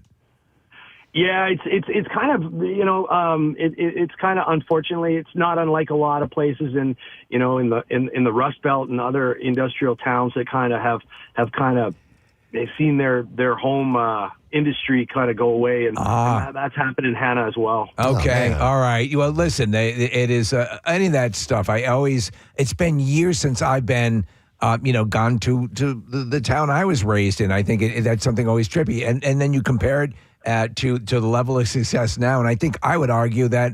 And maybe you are feeling this as well. I mean, this is a zenith. This is a high for you guys because I think everything is lined up correctly. Oh man, this whole ride has been crazy. I remember the day that my friend came and picked me up in Hannah and drove me out to Vancouver to join his hardcore band in 1995. It's been a ride ever since. Wow. Yeah. Well, kudos to you guys, man. This is great that this movie is out. It's on your terms. It's it's a story you want to tell. And also, I just want to point out, people don't realize how hard it is to write hit songs. Yeah. How hard it is to have success. And you guys have done it over and over and over, man. You know what? I was actually on a radio show that I won't name because, I don't know, if they're whatever competition or whatever you call it. But anyway, I was on a radio show once and they said, "Hey, do you mind if we take some callers?" And, knowing, the kind of colorful nature of, what can happen when you ask somebody about Nickelback. And I was like, hell yeah, send them in. I'm not scared I'll get in the ring with anybody. I'm not worried about it. I don't only talk to friendlies. And, this person called in and said, "Hey, what do you think about, people who say that your music is formulaic and simple?" And I said, well, yeah, I mean, First of all, yeah, like, is it the hardest music I've ever played in my life? No, it's not. It's pretty easy to play. But you know what is really, really hard? Writing it. Yeah, right. And the guy was silent. He was really cool. He was a really cool guy, but he was really silent. And he goes, "So you're kind of explaining why I'm still a great guitar player, but I'm still playing in my bedroom." And I was like, well, kind of, yeah. Yeah. No, it's true. I mean, listen, there are so many fans of music out there and a lot fewer, creators of new music. And because of that very reason, yeah, sure, it's easy to listen to music, but it's not as easy to write it. Mike, I got a question. Who's your favorite band? Well, my favorite band, oh my God, that's really hard because I like a lot of different kinds of music. It's kind of what's my favorite band right now. Okay. And my favorite band right now has been my favorite band before. I'm really having fun with the band Tool right now. Their most recent album is it's that. You know what? Going on tour, there's a reason why bands go on tour, because I saw Tool here this is their hometown, Los Angeles, and it happened to me. I went and I saw them play live, and I went, holy crap, I have to listen to this as much as possible. And so it worked. They got me back again. And so, the most recent Tool album, I wouldn't call it a new album because it's not, but it's totally awesome. That's sort of where I'm at right now. That's cool, man. Well, listen, seeing live can make all the difference in the world when it comes to bands. So, well, listen. It really connects the fan to the artist. Yes, absolutely. And, it really makes a big difference. And maybe that's the part of the reason why we've had a good run is we love playing live. Yeah, you do. All right, Hate to Love Nickelback is out March 27th and the 30th, 2 nights only, so don't miss it. Mike's great to talk to you, man. Congrats on your success. Thanks for having me, guys. You got it. Mike Kruger, guys, of Nickelback on the show, and they get it. I know, and I enjoy watching them get it. And honestly, he's funny, but Chad's very funny Chad's too. Yeah. funny as well. Absolutely. Let's not forget he recorded a song with Steel Panther. That's right. He's definitely got some humor in his vein. All right, so we're gonna take a break, I think, because we got to get the band in here, start doing a check, and or wait, Marissa, no, you want me to? I have other things to. Oh yeah, let's do a couple of other things. Are you the other thingerer? No, that's the junk drawer. We're going back into the junk drawer. We're not doing the other thingerer. I wanted to find a new theme song. No, whatever. I don't want. No, I already have identity issues. Kathy, what? Well, speaking of which, we did JSI yesterday, and I actually gave my JSI hat away to Steve Wilson, who's going to be on with Fox Good Day this morning. Oh. And he wanted to wear a Preston and Steve type of hat. So That's he's awesome. wearing a Just Saying Institute hat on the television this morning. Look for that. Back to you, Presbo. Kathy, no, I'm done. Stop it! He already found it. Yeah. Hermes is being targeted in a new lawsuit accusing the luxury retailer of selling its coveted Birkin bags only to customers who have spent exorbitant amounts of money at the store on other goods. So what? Those are the only people that can afford it. I know, but they legally can't do that. The proposed federal class action lawsuit, which was filed this week in San Francisco, alleges that Hermes is violating antitrust law by making customers buy other goods in the store before being granted the privilege of buying a Birkin bag from Hermes. So you have to almost be given the opportunity to That's exactly what it is. That's exactly what it is. Now, obviously, you're correct in saying that people that are shopping there anywhere and like, I don't know, maybe I'll skip rent this month and I'll buy a Birkin bag. Yeah, buy a Birkin bag. So, but Preston's right. You can't legally require the purchase of other items to get a specific item. Well, why can't I get Savannah Banana tickets? Yeah. They're doing the same thing. I'm going to sue them. But you don't have to purchase something else to get Savannah Banana tickets. They're just sold out. You guys ever buy something that you just straight up couldn't afford and you got it anyway? You know what? I don't understand people who do that. No, I can honestly say I have never done that, but I have someone in my life that does, and I get angry. They buy something they completely can't afford. Yes. And it blows my mind. Where'd you get the Zeppelin? And I will see her, I'll see pictures or whatever, and I'm like, I can't believe you're in the situation you are. and you purchased that. Yeah. Now, You know- I've known people who have spent outside of their means before. It makes me It angry. doesn't make any sense. That's why we have massive credit card debt in the country because of people just it's that money doesn't exist. It's magically hidden in this card. So the Birkin handbags, which are handcrafted from leather by artisans in France, can cost tens of thousands of dollars, hundreds of thousands of dollars on the secondhand market, and are seen on the arms of celebrities like Jennifer Lopez, Kim Kardashian, and Cardi B. The handbags can only be purchased in an Hermes store, not on their website. However, the lawsuit claims that the average customer can't just walk into an Hermes store, find a Birkin bag on display, and buy it. Rather, customers that are, quote, deemed worthy will be shown a Birkin in a private room. Hermes sales associates are tasked with choosing customers that are qualified to buy Birkins, and these sales associates are directed by defendants to only offer Birkin handbags to customers who have established a sufficient purchase history or purchase profile with them. Please show this anal leakage to the door. With their ancillary products. Ancillary products such as shoes, scarves, belts, jewelry, and home goods. I mean, so you're talking a significant amount of purchasing before you even get the opportunity to purchase this bag. Exactly. While sales associates don't receive a commission for selling Birkins, the lawsuit claims that they're instructed to use the Birkin handbags as a way to coerce customers into buying other products. So you want to purchase a quarter pounder. Let's see what you've purchased already. For which they receive a 3% commission. It's coercing the people who have money Right. But you to can't do it. spend lots of money, Yeah. and then you can spend even more money with Exactly. us. That's what it is. That's what they're doing. Yeah. How much those people make a year, you think? The sales? Do you think they work on? They probably work on commission. Well, do he they just not? said they don't get commission. No. They don't get commission on the Birkin. They don't get commission to sell those. Let me say that again. While sales assistants don't receive a commission for selling Birkins, they are instructed to use the Birkin handbag as a way to coerce customers into buying other products, which they receive a 3% That's commission what I for. was thinking. And that's why they're doing it, because they're only getting commission on the other products that they purchase. Sucker.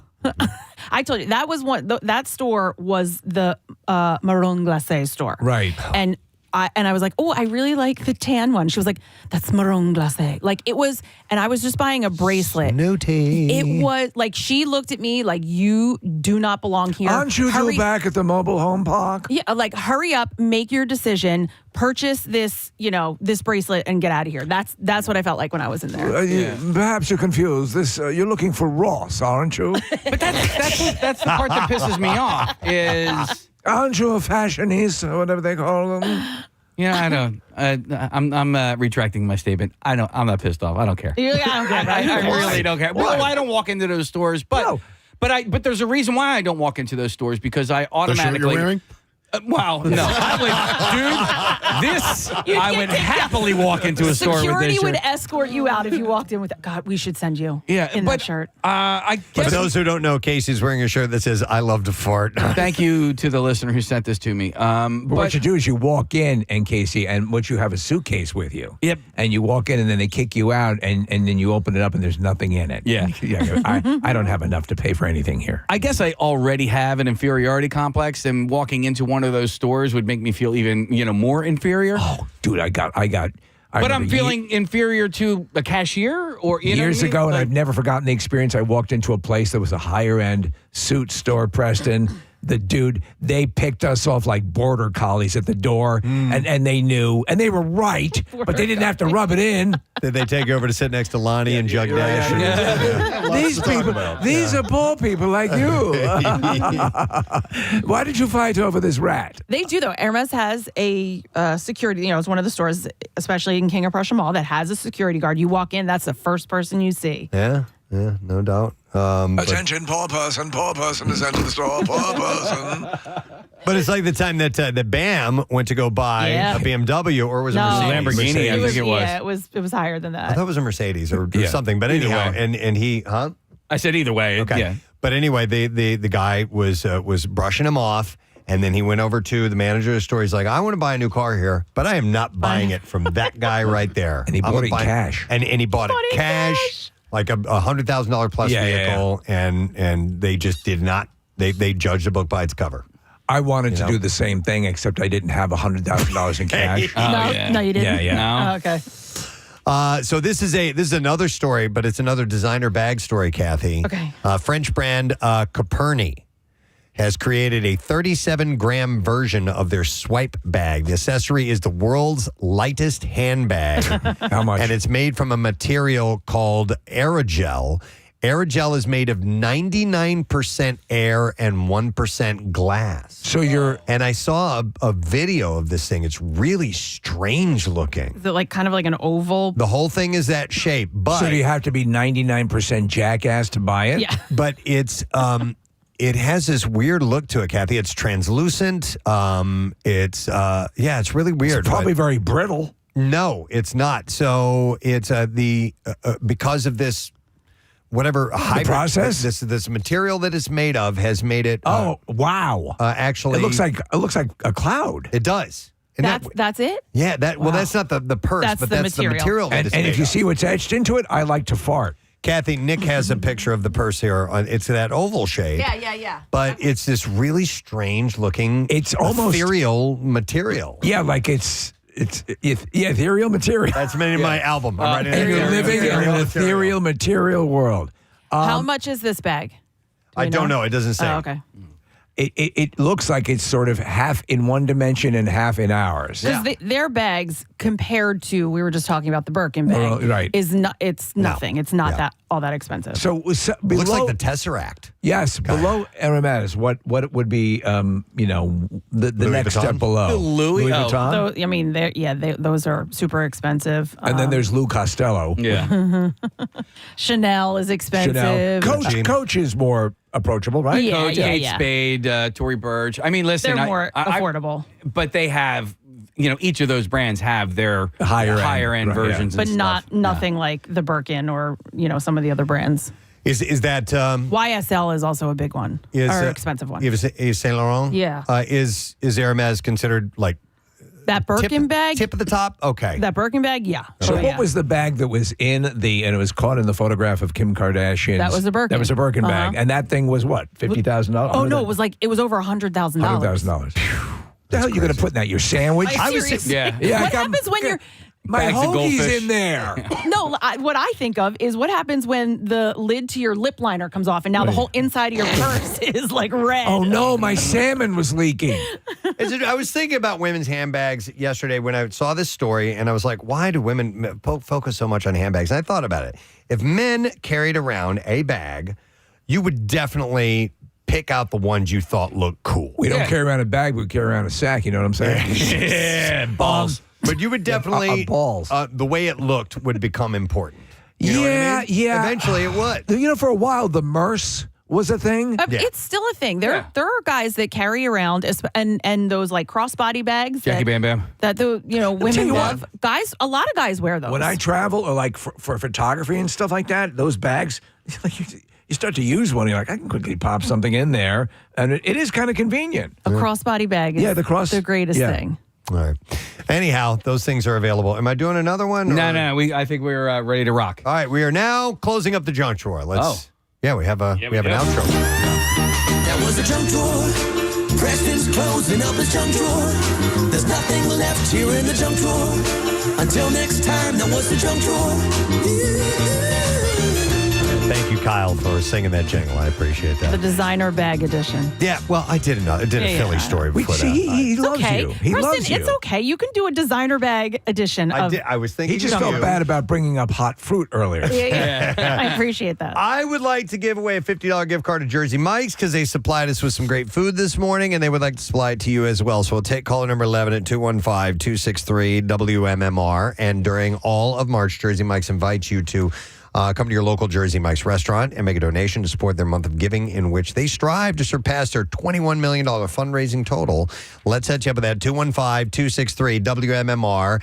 I am looking into the Acme Lounge, and I actually saw Chris Daughtry. There you just a go. second ago. So they're in place, and they are ready to go. And by the way, I forgot to mention, Mike Kruger was on our Xfinity mobile guest line. Yes, Gotta clear give as some a love. bell. Got to give some love to our sponsors. We'll be back in just a moment. Stay with us. Preston and Steve on 93.3. 93.3 WMMR. 93 WMMR. All right, thank you very much, Kathy. The musicians we have in our studio this morning are playing tonight, Estes Arena in Atlantic City at the Hard Rock, playing with Breaking Benjamin. It's going to be a great show. Oh, yeah. You can go to DaughtryOfficial.com to get the ticket information. And we're not messing around here. We're going to get right into the music. We played the brand new song called Pieces, released today, and we are happy to welcome this morning Daughtry. Good morning. How are you? Thanks for having us. It's our pleasure, man. Thank you for taking the time to come by here. Absolutely. I know we want to dive right into the music. We're doing business first and then chit-chat afterwards, right? Yeah, I don't want to lose my voice before we perform. Listen, you are, in warm-ups, you have the strongest morning voice of anybody who's ever been by here before. Well, let's see here. All right. All right. This is the brand new song, and you're hearing it in its first ever acoustic version on the radio here in Philadelphia. Which is also the first time we've done it, so you're in for a real treat. It's an exclusive. Have you decided if you're going to skip the bridge or not? Or I heard you talking about that? Oh, no, I'm saying I might not play it. He's going to play it. So this is brand new from Daughtry. It's Pieces on 93.3 WMMR. All right. 1, 2, 3, 4, 5, 6.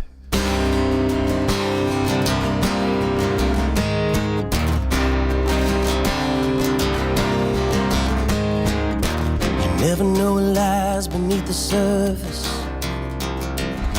what you'll find and if it's worth it. I'm losing ground, I'm getting nervous. There's only so much I can control. Even with the cracks in the mirror, my reflection's getting clearer, and I'm trying to cope at the end of my rope. Well, I'm doing the best that I can to live with the broken pieces of me that was shattered. Can't stop the bleeding, but never get over it. It's hard to move on, but I'm learning to live with the pieces of me. Pieces of me. You never know what's coming for you into the storm without a warning. And like the cold of the morning, oh how it cuts straight to the bone. No, it's the silence in the battle when I'm afraid of my own shadow. Well, I'm trying to cope at the end of my rope. Well, I'm doing the best that I can to live with the broken pieces of me that was shattered. Can't stop the bleeding, never get over it. It's hard to move on, but I'm learning to live with the pieces of me. Pieces of me.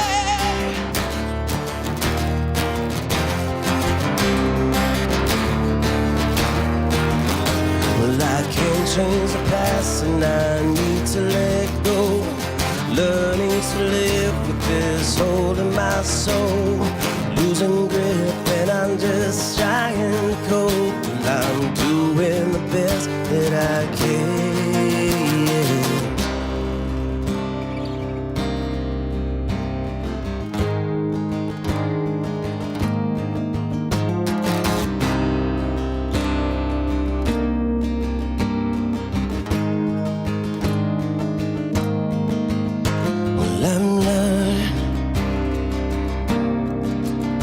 Well, I'm learning. Oh, well, I'm learning. Well, I'm learning. Well, I'm learning to live with the broken pieces of me that was shattered. Can't stop the bleeding, never get over it. It's hard to move on, but I'm learning to live with the broken pieces of me that was shattered. Can't hide the feeling, never get over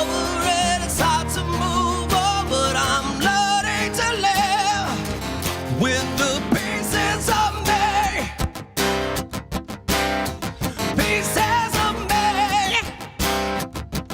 With the pieces of me. Pieces of me. Wow. Daughtry on 93.3 WMMR. This just in, dude, your voice is unfreaking real. Thank you so much. You have to hear that all the time, and it's just, I'm the second you open your mouth, I'm just like, wow, that projection. Even Can when I get you a job here? Even when you walked in here and said, "Hey guys, how you doing?" I was like, "Did you hear his voice?" Yeah. Hey, guys. I was wondering when that voice kicked in. Was that straight out of the womb, or did you just have to smoke a plantation full of cigarettes? Plantation full of cigarettes, for sure. When did you? When were you start to feel comfortable singing in front of people? Probably 17, 16, 17, something like that. Yeah, I think I thought I had something before that, but I also thought that was just like normal for anyone to be able to like emulate people on the radio. But I wasn't really comfortable doing it in front of anybody until I did like high school musical theater. Wow. But I was behind makeup, so nobody knew who I was. It's also a different kind of singing, too. You know, like at what point do you think you found your voice? Your voice. Yesterday. Yeah. This morning on the bus. Wow. It's amazing to watch how I'm still trying to find it. It appears effortless. Watching you, and I'm not saying that you're not working hard because we know you are, but the voice that's coming out is just. It's his voice. It's your voice. Thank you so It's much. amazing to watch, elite musicians do that. People that are at the you top don't of know the all game. the hard work that's going on in there. Like, there's so many gears turning. I'm sure, man. Absolutely. We can see the And cable some of. days I have no idea what I'm doing. Yeah, your neck. I always look at the neck, and I see just about which artery is going to erupt first, and you're there's really a few working on the it. verge, right? Yeah. Man. Well, you got enough to do another one? 'Cause I know you guys wanted Let's to do knock it. two out, and then we'll talk for a little bit. What This were we is, going to we're going to do Heavy as the Crown. Awesome. All right, Daughtry on MMR, playing tonight in Atlantic City at the Hard Rock. Here we go. How's this one go? What's the count in? I got it. Okay. I got it, man.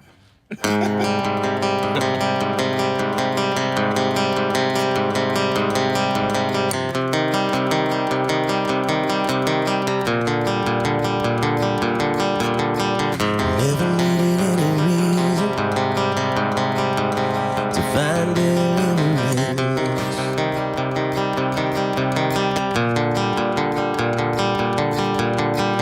Like a cancer running through my veins, oh, so never gonna give in.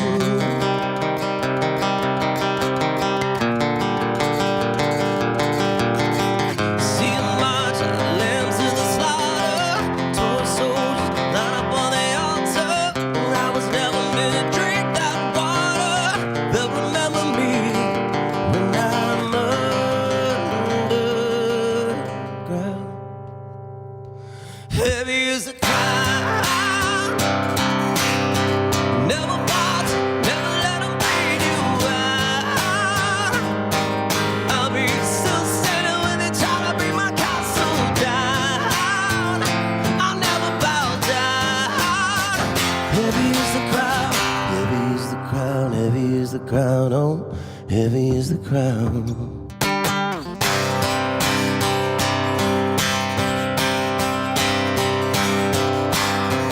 With the weight of the world crashing, pushing you closer to the edge.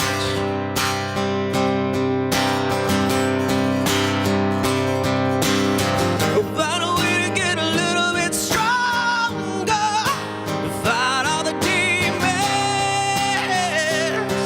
Yeah.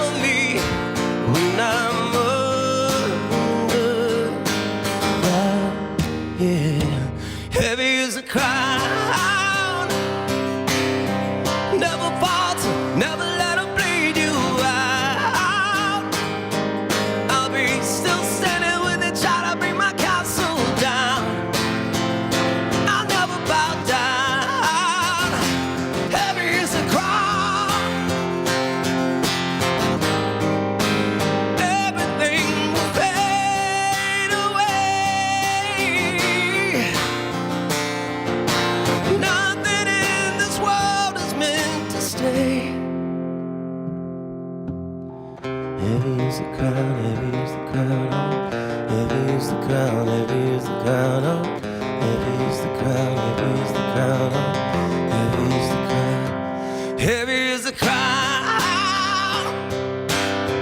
never falter, never let them bleed you out, I'll be still standing when they try to bring my castle down, I'll never bow down, heavy is the crown,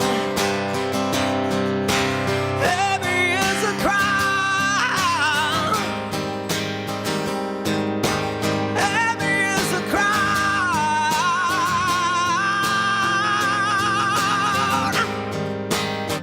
heavy is the crown.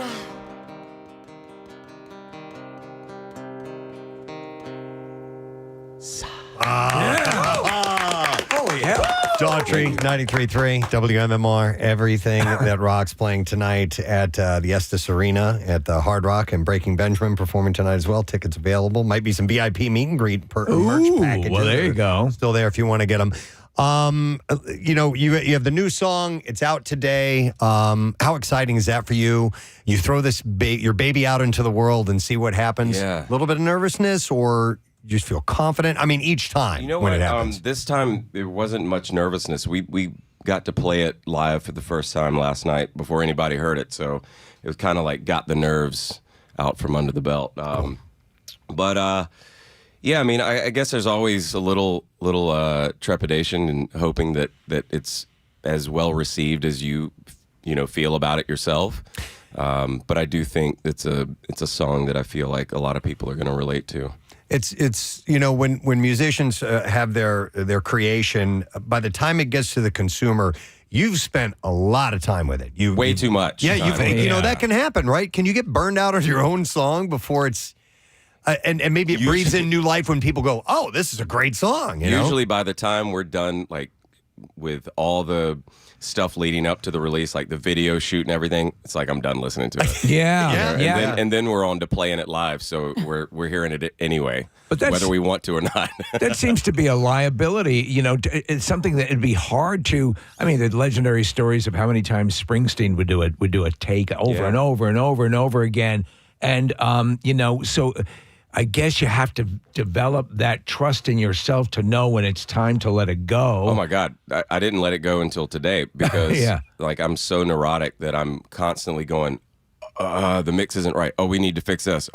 Well, it's too late. Yeah. And so if I had my way, we'd still be working on it. Right, right. And it does come to a point where you have to just kind of toss your hands in the air and hope for the best. Chris, when you are working on songs, you're doing it in optimum conditions, amazing, studio, incredible speakers that it's going through. Do you do what some artists do, which is the car test? That's the only test. That is the only test. Yeah. Okay. That and AirPods. Like when I get a mix back, I never listen on good speakers. Good. I listen on my AirPods first, then straight to the car. If it sounds like ass, then it sounds like ass. You're right. In fact, that's one of the. Starting in radio, they would always tell you when you're putting in a commercial or piece of production, listen to it on not horrible speakers, but the way most people will be hearing it, and then you'll get it right. Yeah. So, you see these people that would use these big Genelec, monitors. It's like, who's got that in their car? Nobody has a sub. Right. Yeah. By the way, kudos to your what's the word I'm looking Caravan? for? The caravan. We saw your buses come in this morning. We've never rolled up to a radio station in a bus, and it felt so baller. I saw it, and we were impressed. I texted your handler Sheep, and I was like, "Can we take a tour of it? Like for our not for us, but for our Instagram audience." Let's go on. Let's go. Let's have. It looks really, awesome. Really cool. Party. That's the way to travel, man. Yeah, it's we just woke up like 20 minutes ago. I know. Doesn't sound like it. Doesn't sound like it at all. No, not at all. I want to ask because I watched your season of American Idol, and I've watched many seasons, not all of them, but I just love vocalists, and my Instagram feed and YouTube, it's full of people who are just insanely talented. What kind of doors did just appearing on that show open up for you, and what sort of obstacles did you encounter as a result also of being on that show? Short answer, it opened all the doors. Yeah. And I think the biggest obstacle was I think being taken seriously at rock radio out the gate because of, it's a pop show. And by the way, it's not lost on me. It was the thing that kept me from wanting to do it to begin with. It's like, my heroes wouldn't do this. Right. Yeah. No, that's the common refrain when people talk about it. Yeah. And Grant, this was before YouTube, TikTok, and all this stuff was huge avenues for people to take to get their music out there. So at the time, it was like you either get discovered in the club, which was not happening, or you get in a van and tour the region, the East Coast or wherever you're from, and couldn't do that. Had a family to support, so it was one of those things where it's like, well, this is like low hanging fruit. Yeah, and it's still a Herculean chore regardless. Yeah. Well, and that's one of the things I kind of wanted to mention because you bring up YouTube and TikTok, and I think it's illustrated a couple of things. Number one, that there are a lot more talented musicians out there than we realized, but also that doesn't necessarily write you a golden ticket. You have to have great material, and then there's a business that has to run through this thing in order for you to really make to really hit the tops. It's still this many people. I'm showing my finger and thumb at a very small. You got to have more skills than just good musicianship in order to become a successful musician, I would think. Yeah, and you got to love it. Mm-hmm. Yeah, and you got to really love it more than the things that come with it. Because we're doing this 17 years later. None of us are rich from it, but we love doing it, and we get to play music every night. Right. Well, and a couple of years ago, you kind of took the reins on not bowing down to the powers that be, and running your own show. Is that part of your love for what you do? Is that why you did that? Well, yeah. I mean, I think I always wanted to kind of be in control of my own vision, How much can you bench? I honestly don't know. I don't even pay attention to the numbers. No? Did you have gym equipment in your caravan? High reps. Yeah, it's like some resistance bands. Yeah. No, health is very important to you. Just resistance band. We were looking at photos of you earlier. Yeah. It's a little more than resistance Well, bands. that's what's on the. No, that's just what's on the bus. Yeah. Do you when you're plotting the tour? Do you plot your the gyms that you want to get to? No, we just know that hotels have to have them. Yeah. Okay, but you're not a hotel. I mean, you'll do it when you have to, obviously. But I'm sure you're a real gym kind of guy because a lot of times some hotel gyms will blow your mind. Are they and then there's some rocking? where you're like, do better, right?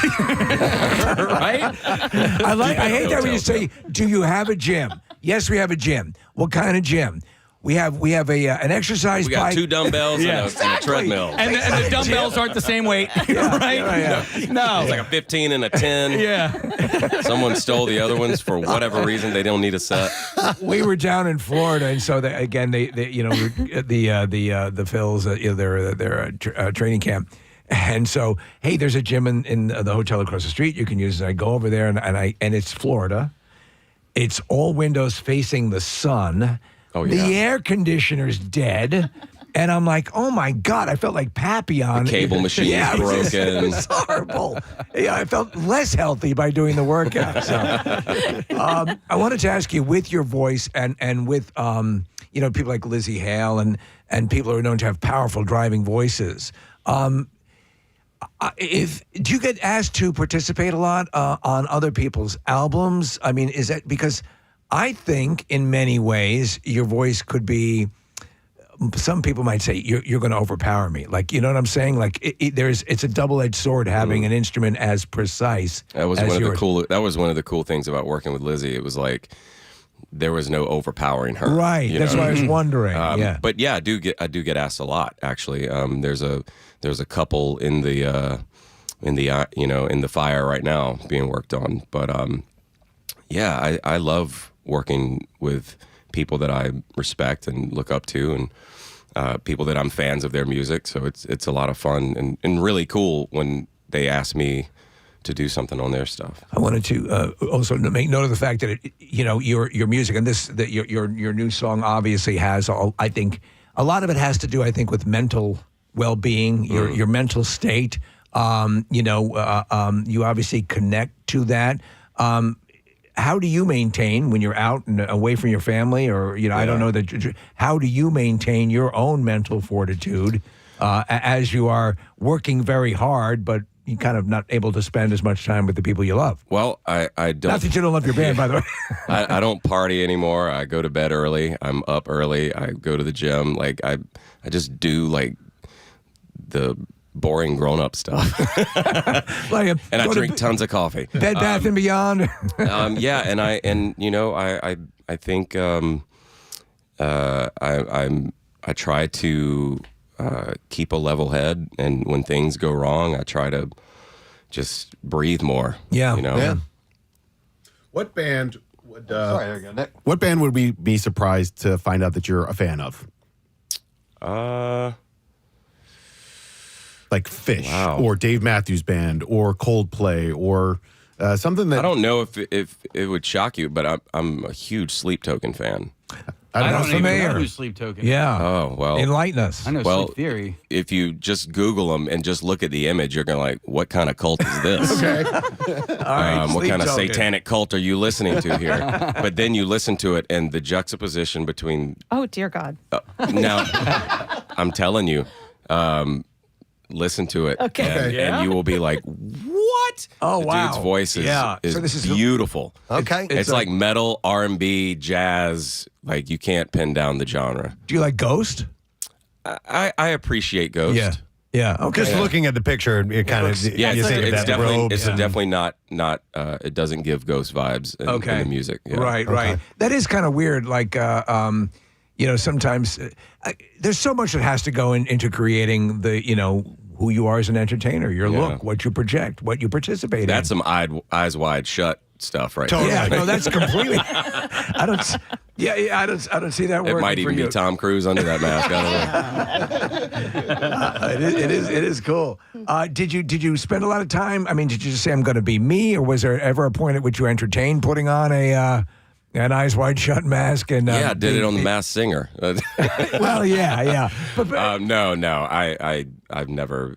That just seems very cumbersome, at least to me. I know when I was in a dog costume, I was struggling to breathe. I don't know how Slipknot does it. Oh yeah. You're wearing a Billy Idol concert shirt. He played our festival show last year. Do you know Billy at all, or been to see him live? I've never met him, but I am a fan. It was impressive. Yeah. There were a couple songs I had forgotten about, like Eyes Without a Face and stuff. Or no, there was a Flesh for Fantasy. Flesh for Fantasy is great. Those are great songs. Man. So great. Yeah. Cradle of Love. And any live performance I've heard, he still has it, right? Yeah. Like, it still sounds great. Totally. Yeah. I mean, being in this industry it's not like I get to sit down and hang out with these legends, but I've at least shared the same room or the same hallway. Like, I remember, watching only ZZ Top walk in backstage. I'm like, oh my God, like, they're actually real people. Yeah. So who's blown your mind? Your journey, who's been brought to you? Who have I shared the hallway with? Yes. Yeah. Prince. Holy hell. What was that like? He didn't care about me. Doesn't matter though, does it? It was one of those like out of body moments. Like you're literally shaking hands and talking to this guy who is, a god and untouchable, and his response is about what you would expect, just a head nod, right? And that was it. But it was cool. It was actually the finale of my season of American Idol. He was like a surprise guest, and I walk off stage and he's there, and I'm like, whoa, jaw dropped, and he's in his purple suit, and I was like, oh my God, I don't know. I don't even know what I said. I probably didn't say words, which is probably why he just nodded at me. And then I see him again at a Grammy party, and he cared even less. He got a pass because he's Prince. So I was just like, of course, I'm not in his camp. Yeah. Like he doesn't. There's been so many. A lot of times I'll see people on TV and I'm like, oh my God, I forgot I've met that person, or they're in my phone. that I've never called him because it just felt cool to have Tom Cruise's phone number. Right. Do you have Tom Cruise's phone number? He said it was. You know whose number it is? It's Prince's number. It's Prince's number. That's That awesome. was years ago too. Yeah. You shared a moment with Don Henley, didn't you, Brian? Yeah. How was it? Was this a good one or a bad one? So first off, let me say I'm a huge Don Henley fan. As are we all. To this day, still a huge fan. So it was a bad experience. I don't know what kind of experience Okay, it was, all right. to be honest with you. It was we were at a Grammy party. It was probably early on in our history of being a band. Yeah, it was like the earliest of days. I think it was the first year. It was like, a, 08. It was a cool party too. It was like kind of. I remember like walking up to this party, and I keep in mind like only weeks before this, I was working at a print shop. So yeah, just be me for a second here. So walking up this red carpet, and the first thing that happens, I'm trailing behind Chris, is Jay-Z comes up and gives me a fist bump. Wow. So I'm like, okay, so this small town kid from the print shop, Jay-Z deems worthy of a fist bump. That was cool. We go into the party. Dave Grohl, met him that night for the first time. John Mayer, Jessica Simpson. That shows how long ago this was. Jessica and John Mayer. It was a slew of people we Yeah, met. yeah. But at the very end of the night, Smokey Robinson. Wow. Yeah, dude, that's right. Wow. End of the night. We're just dropping all your. Watch your feet, guys. It was monumental. So at the end of the night, we see Don and his wife come in, and it was like this almost Gone with the Wind staircase Okay. Oh, type wow. situation. All right, yeah. And he was at the top, and they were coming in. I told Chris, I said, "Hey, man, that's Don Henley right there." Chris says, "You want to meet him?" I said, "Yeah, you know him?" He goes, "Nope." We walk over to him, and he introduces himself. Chris says, "Chris Daughtry, nice to meet you. Big fan of your music." And I don't remember exactly what he said in that moment. Probably thank you, or I don't know. Who knows? Yeah, it was like probably a head nod. And then Chris kind of teased it up for me, and I said, "Hey, Don, I'm a huge fan of you, man. Your music changed my life." And he looked away from me, and he chuckled with his wife for a second, and then he looked back at me, and he said, "Kiss my ass." Oh. What? But I think he might have been joking. Just the way there was a chuckle in all of this, so I don't understand exactly what transpired. But my face was sort of like, huh? Wow. So let me ask you. I think it was more like you're kissing my ass kind of thing. I think that's Now, let me just also say, I had definitely had a few wobbly pops at this point. So I might have been making a total ass of myself. It's hard to say. So what did it taste like? Gold. Yeah. No, that's there's Gold the dilemma, records. right? Meeting the people that you idolize. Yeah. You know? We actually have audio of somebody telling Preston to kiss his ass. This was actually a pretty cool moment for you, though, Press. Remember this? Good morning, Preston. Oh. You can kiss my ass. Yeah, that's Stuart Copeland. Yeah. See, One of it my sounds great so idols. cool when he says it. That's probably how it was. Maybe that's what it was right there. Maybe. All right. Hey, man, Go with that. I'm a huge Henley fan. It's though. a great story. That is a great story, man. And you obviously we've seen you with fans, and you're great with them. You're clearly appreciative of the people that want to come up, and you don't tell them to kiss your ass. I mean, No. yeah. And is that you understand how when people meet you, a big fan, what kind of an impression that makes on them, right? I mean, I don't because I can't assume what they're feeling, but I do want them to walk away feeling like they had a good experience. Excellent. Yeah. And that's what that's what the connection's all about. Yeah. So they're going to play tonight in Atlantic City, and tickets available daughtryofficial.com. Like I said, there may be some VIP meet and greet and stuff like that. But It's a nice bill. you guys are taking this new song out, and is this the beginning of a long road trip? I know you guys played last night? Or Yeah, last night was the first show of the tour of a 6-week long extravaganza. Wow. Yeah. Right. Well, hang in there, man. Good luck. It's just getting started. And Absolutely. You got so many fans here in Philadelphia. People were just extremely psyched when they heard you were coming by. Thank you so much, man. I appreciate you having it. us. Brian, Thank nice to meet you, Nice too. to meet you guys, too. Thanks for having us. Enjoy the It's tour. been a lot of fun. It is our pleasure. Daughtry, guys. And the song is called Pieces. You'll hear it again later today. I'm certain of that. We're going to take a break, and we'll be right back. Stay with us. Preston and Steve on 93.3 WMMR. Let's take a look at traffic with Casey. Casey, what's going on this morning? Well, it's going to take me a couple of seconds here to get everything ready. All right, here we go. All right, well, we're going to start off on the Vine Street Expressway westbound. We got some slow traffic between 95 and Broad Street, and then heading down the Vine Street. It's going to be slow, actually jammed between the Ben Franklin Parkway and I-76. It's also jammed on I-76 westbound between Vare Avenue and South Street, which is exit 346, and then staying on 76, but eastbound between Montgomery Drive and exit 341 Spring Garden. You got some slow traffic there, and there's an accident that's been reported on I-95 northbound at the Vine Street Expressway, and that is jammed from Essington Avenue all the way to Bartram Avenue. This traffic report is brought to you by Positive Coaching Alliance. Questions about youth or high school sports? Positive Coaching Alliance can help. PCA, a national nonprofit organization, develops better athletes and better people through youth and high school sports. Info at positivecoach.org. And that's your traffic on 93.3 WMMR. Well done. Good job. So I can tell by listening what Kathy does, because clearly they say I-76 every time. And you will swap it out with Schuylkill or 76 Blue Route. or the Expressway or whatever, and you'll just do that on the fly. Yeah. So I know, because I do the same thing with a lot of stories I get. Sometimes they're out of England, and words like lorry and boot and stuff like that.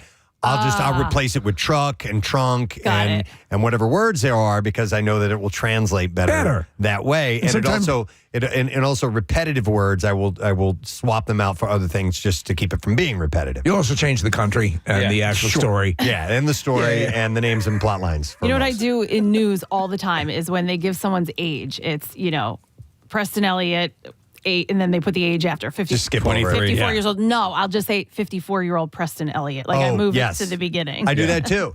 But a lot of times in stories, it will have the quote, and then it will say said so and so, and I'll take the name and go to the beginning and said, Steve Johnson said blah blah blah blah blah blah. And there are these little itty bitty things that you, the listeners, you don't even need to know about, but that we do to tailor it and make it a little bit more consumable. Yeah, absolutely. Well, if you guys want to see an absolute accent. Because I'm also running the board too, so. But that's what I was telling you. You can prep it. Yeah. While stroke it. while something, during commercials or while something is being played. You're going to be great. I killed it! So tune in. That's a reason to tune in and hear Casey with his traffic debut. I love it. Monday morning. And we'll see how he does. I'm going to change my name to Steve Nicasey. What do you think? Casey. Steve Nicasey is what I'll say. I like that. Yeah. Go for it. All right. Let's do the bizarre file. Here we go. WMMR presents Preston and Steve's Bizarre File. Brought to you by Natural Lawn of America. Natural Lawn has been creating green lawns quickly, more naturally, and with fewer weeds since 1987. You can get free seeding every year. Call 800-FREE-SEED now. All right, here's a messed up story for you and a cautionary tale. A man who developed a deadly blood infection was left in a coma and declared brain dead because he tried on his own to remove an ingrown hair from his leg. Oh, my God. He was declared brain dead. That's how crazy. It was sepsis, right? Yep. Stephen was diagnosed with potentially fatal sepsis as a result of the infection in late 2022, according to a TikTok video posted this year by sister Michelle.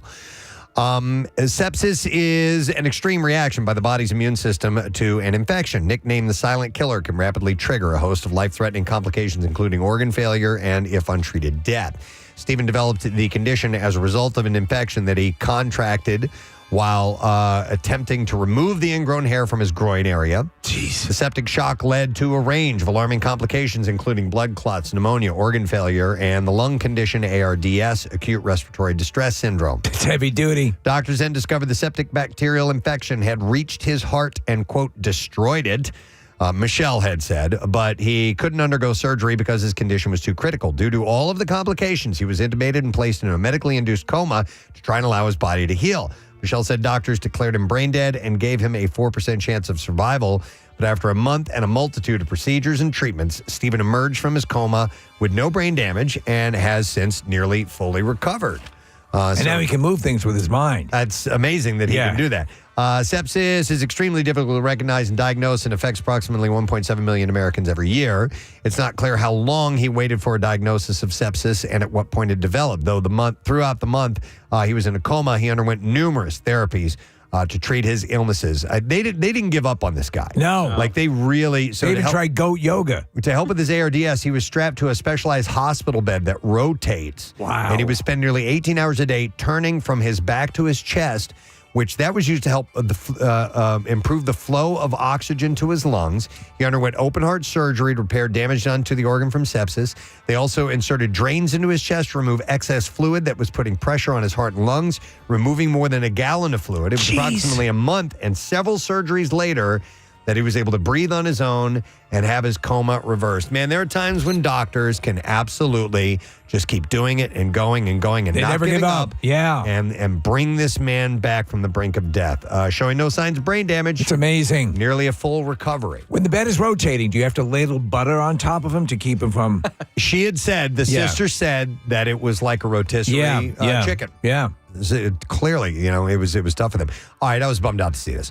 I'm taking a trip with my son to Chicago tomorrow. Yes. Yeah. And I saw the story this morning. The Chicago rat hole, the city's viral urban wonder, has been filled in. For Why months. would you do that? The imprint, which locals said was caused by a squirrel, not a rat, could be found in the 1900 block of Roscoe Street in the city's Roscoe Village neighborhood. It looked like a clear imprint that they had run over a rat with a steamroller onto fresh cement, and it's been there for years. And it just went viral a few months ago. You know what it and reminds so me? now there have been tourists and all kinds of people stopping by, and the neighbors don't like it. Think of Wile E. Coyote hitting the ground after a cliff fall. Totally. Right? Yeah. It's just like that. And I was going to go see that while Damn we were it.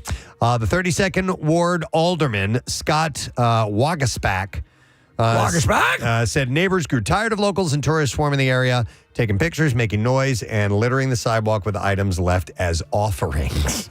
They would leave little gifts for it. Why would you kill something that is a potential tourism draw? That's too bad. Stop it. Listen to this story. 3 boys between the ages of 11 and 16 were taken into police custody in connection with a bank robbery in Texas. The youngest was 11. 11 years old. Authorities say the boys gave a bank teller at a Houston area Wells Fargo a threatening note. The boys did not show a weapon and have been called, and I love this, the Little Rascals. Little Rascals. Due to their young ages. The boys have been charged with robbery by threat. Authorities did not reveal how much cash was taken. Put $10 in the bag or I'll kick your hiney. Or if it was recovered or not. So these kids, man, come on. This is a funny story. A peer at the House of Lords in England has said that he did not report his wife's stolen credit card because the thief spent less than she did. That's an old joke. That's a Henny Youngman joke. With a deadpan delivery, Lord Mackenzie of Framwellgate left the chamber unsecure whether he was joking or not as he recalled the incident on Tuesday. That's funny. The former police chief and non-affiliated peer said, my wife, on one of her rare visits to London, had her credit card stolen, and I monitored the use of the card, and I have to say I didn't report it to the police because the thief was spending less than she was. Peers across the House of Lords erupted into laughter at his comment. So maybe he was joking, but he didn't clarify whether he was or not. An Ohio father was arrested after repeatedly calling a school and then police to complain about his child's homework. A detective, Adam Pierce, said that Adam Sizemore called the police approximately 18 or 19 times in less than an hour. What? Price said it was disruptive. This is a 5 to K school, and so there's no abnormal amount of homework. Sizemore says that most of the accusations aren't true, though. He said, I'm a single dad of a boy and a girl, and I'm just trying to do the best that I can, and that's all I can do. I'm just a regular Joe. Said people make mistakes. Sizemore repeatedly called Kramer Elementary School because his son gets homework, which takes away from the time he has with him after school. Help him with it. Sizemore was trying to reach the principal, Jason Mers, who was unavailable. After Sizemore was transferred to Mers' voicemail, he started calling the school repeatedly. During the conversation, Sizemore cursed at the secretaries while making demands of them. According to the police report, school resource officer spoke to him several times on the phone and told him to stop calling. The officer said that he noted Sizemore's speech was slurred, asked him if he was intoxicated, and Sizemore clarified that he was high. Oh. I'm not drunk, I'm high. The officer wrote in the report, Sizemore continued to curse at me and call me names such as bitch. He also told me that he was going to make sure I lost my job. I said, bitch. I explained to Sizemore if he called again, I would file a telecommunication harassment charge on him. I ended up hanging up on him. Sizemore called right back with the same behavior he was warned about. Two officers paid a visit to his house, but he didn't answer the door. When an officer returned to school, he was still calling. And he eventually spoke to Mertz and said that he didn't want his son to have homework and started cursing at him. He called him a bitch. Oh, no, you don't Yeah. do that. Yeah. Yeah, I said, bitch. He called the police, and he kept calling and calling. They eventually had to come over and arrest him at the house because you cannot do that. And that is what I have in the bizarre file for you this morning. All right. We have one last $50 gift card to give away from our friends at Jersey Mike's. And all you have to do is be caller number 14 at 215-263-WMMR, and you shall win, and you will be happy. Download the Jersey Mike's app. You can order ahead of time, by the way, and you can get it delivered and even earn free subs. Plus, if you order next Wednesday, 100% of sales are going to be donated to their local charities. Jersey Mike's, be a sub above and be the 14th caller. Right now, we'll take a break. Come back in a second. Lesson question, trash and music news are on the way. Sometimes. Hailstorm 93.3 WMMR, the cover of the White Snake Classic, and they are on the MMRBQ lineup with The Offspring and Nothing More, and The Warning, POD, Silvertide, Sleep Theory. Wow, there's a lot going on. Our side stage, live band karaoke, more. Tickets are on sale now. And speaking of bands like his Lizzie Hale and The Warning, we have a Women Who Rock Block Party Weekend taking place here on MMR. And you can listen for blocks of songs from female artists all weekend long. And don't miss our Women's History Month feature each weeknight, 8 o'clock. It highlights the music of incredible female rockers of the past and present. And our good friend Jackie Bam Bam hosts that, except for this week because he's been filling in for Pierre. But it's brought to you by the Pennsylvania Fine Wine and Good Spirits stores. Awesome. Try women-made wines and spirits for Women's History Month at Fine Wine and Good Spirits, and enjoy it responsibly. So, I married a woman. You know what? Yeah. There's a woman right next to you. Yeah. Right there. Romano. Hey, Yeah. She's a Didn't woman. marry me. No. All right. By the way, after Chris Daughtry came in and played, as he was about to leave, he pointed to Kathy and he goes, "I love your Janis Joplin shirt." Yeah. And I said, "Funny little story about Janis Joplin." Kathy's dad slept with him, and he was like, "No way!" That's why we call her Little J. He was so intrigued by that story. It was really cool. It made an impact. All right, we are going to give away a prize for the lesson question this morning. And let me see here. We're going to give away a pair of tickets for the exclusive theatrical premiere of Hate to Love Nickelback. And we spoke to Michael Kruger earlier this morning from the band. And is playing March 27th and 30th only. Answer this question correctly, you get tickets. Sound tech Sam Sarker worked on the movie Blow with Johnny Depp. Who is Sam's brother? Sound tech Sam Sarker worked on the movie Blow with Johnny Depp. Who is Sam's brother, according to our show? 215-263-WMMR. Call if you know the answer. The trash business is a gold mine. 93.3 WMMR with Preston and Steve's Hollywood Trash. We'll get some stories and then we'll go to the calls. Steve, what's going on this morning? Well, Megan Thee Stallion revealing she's going on tour this summer. Megan says her new show will really push boundaries and promises that by the end of it, you should be able to draw her vagina from memory. Oh my God. Johnny Depp suing actress Lola Glaudini for claiming he verbally abused her on the set of the 2001 movie Blow. Depp says Glaudini is, quote, just one bed turd away from being Amber Heard. Hey! And finally, this is amazing. John Hinckley Jr. is claiming that cancel culture is seriously impacting his fledgling music career.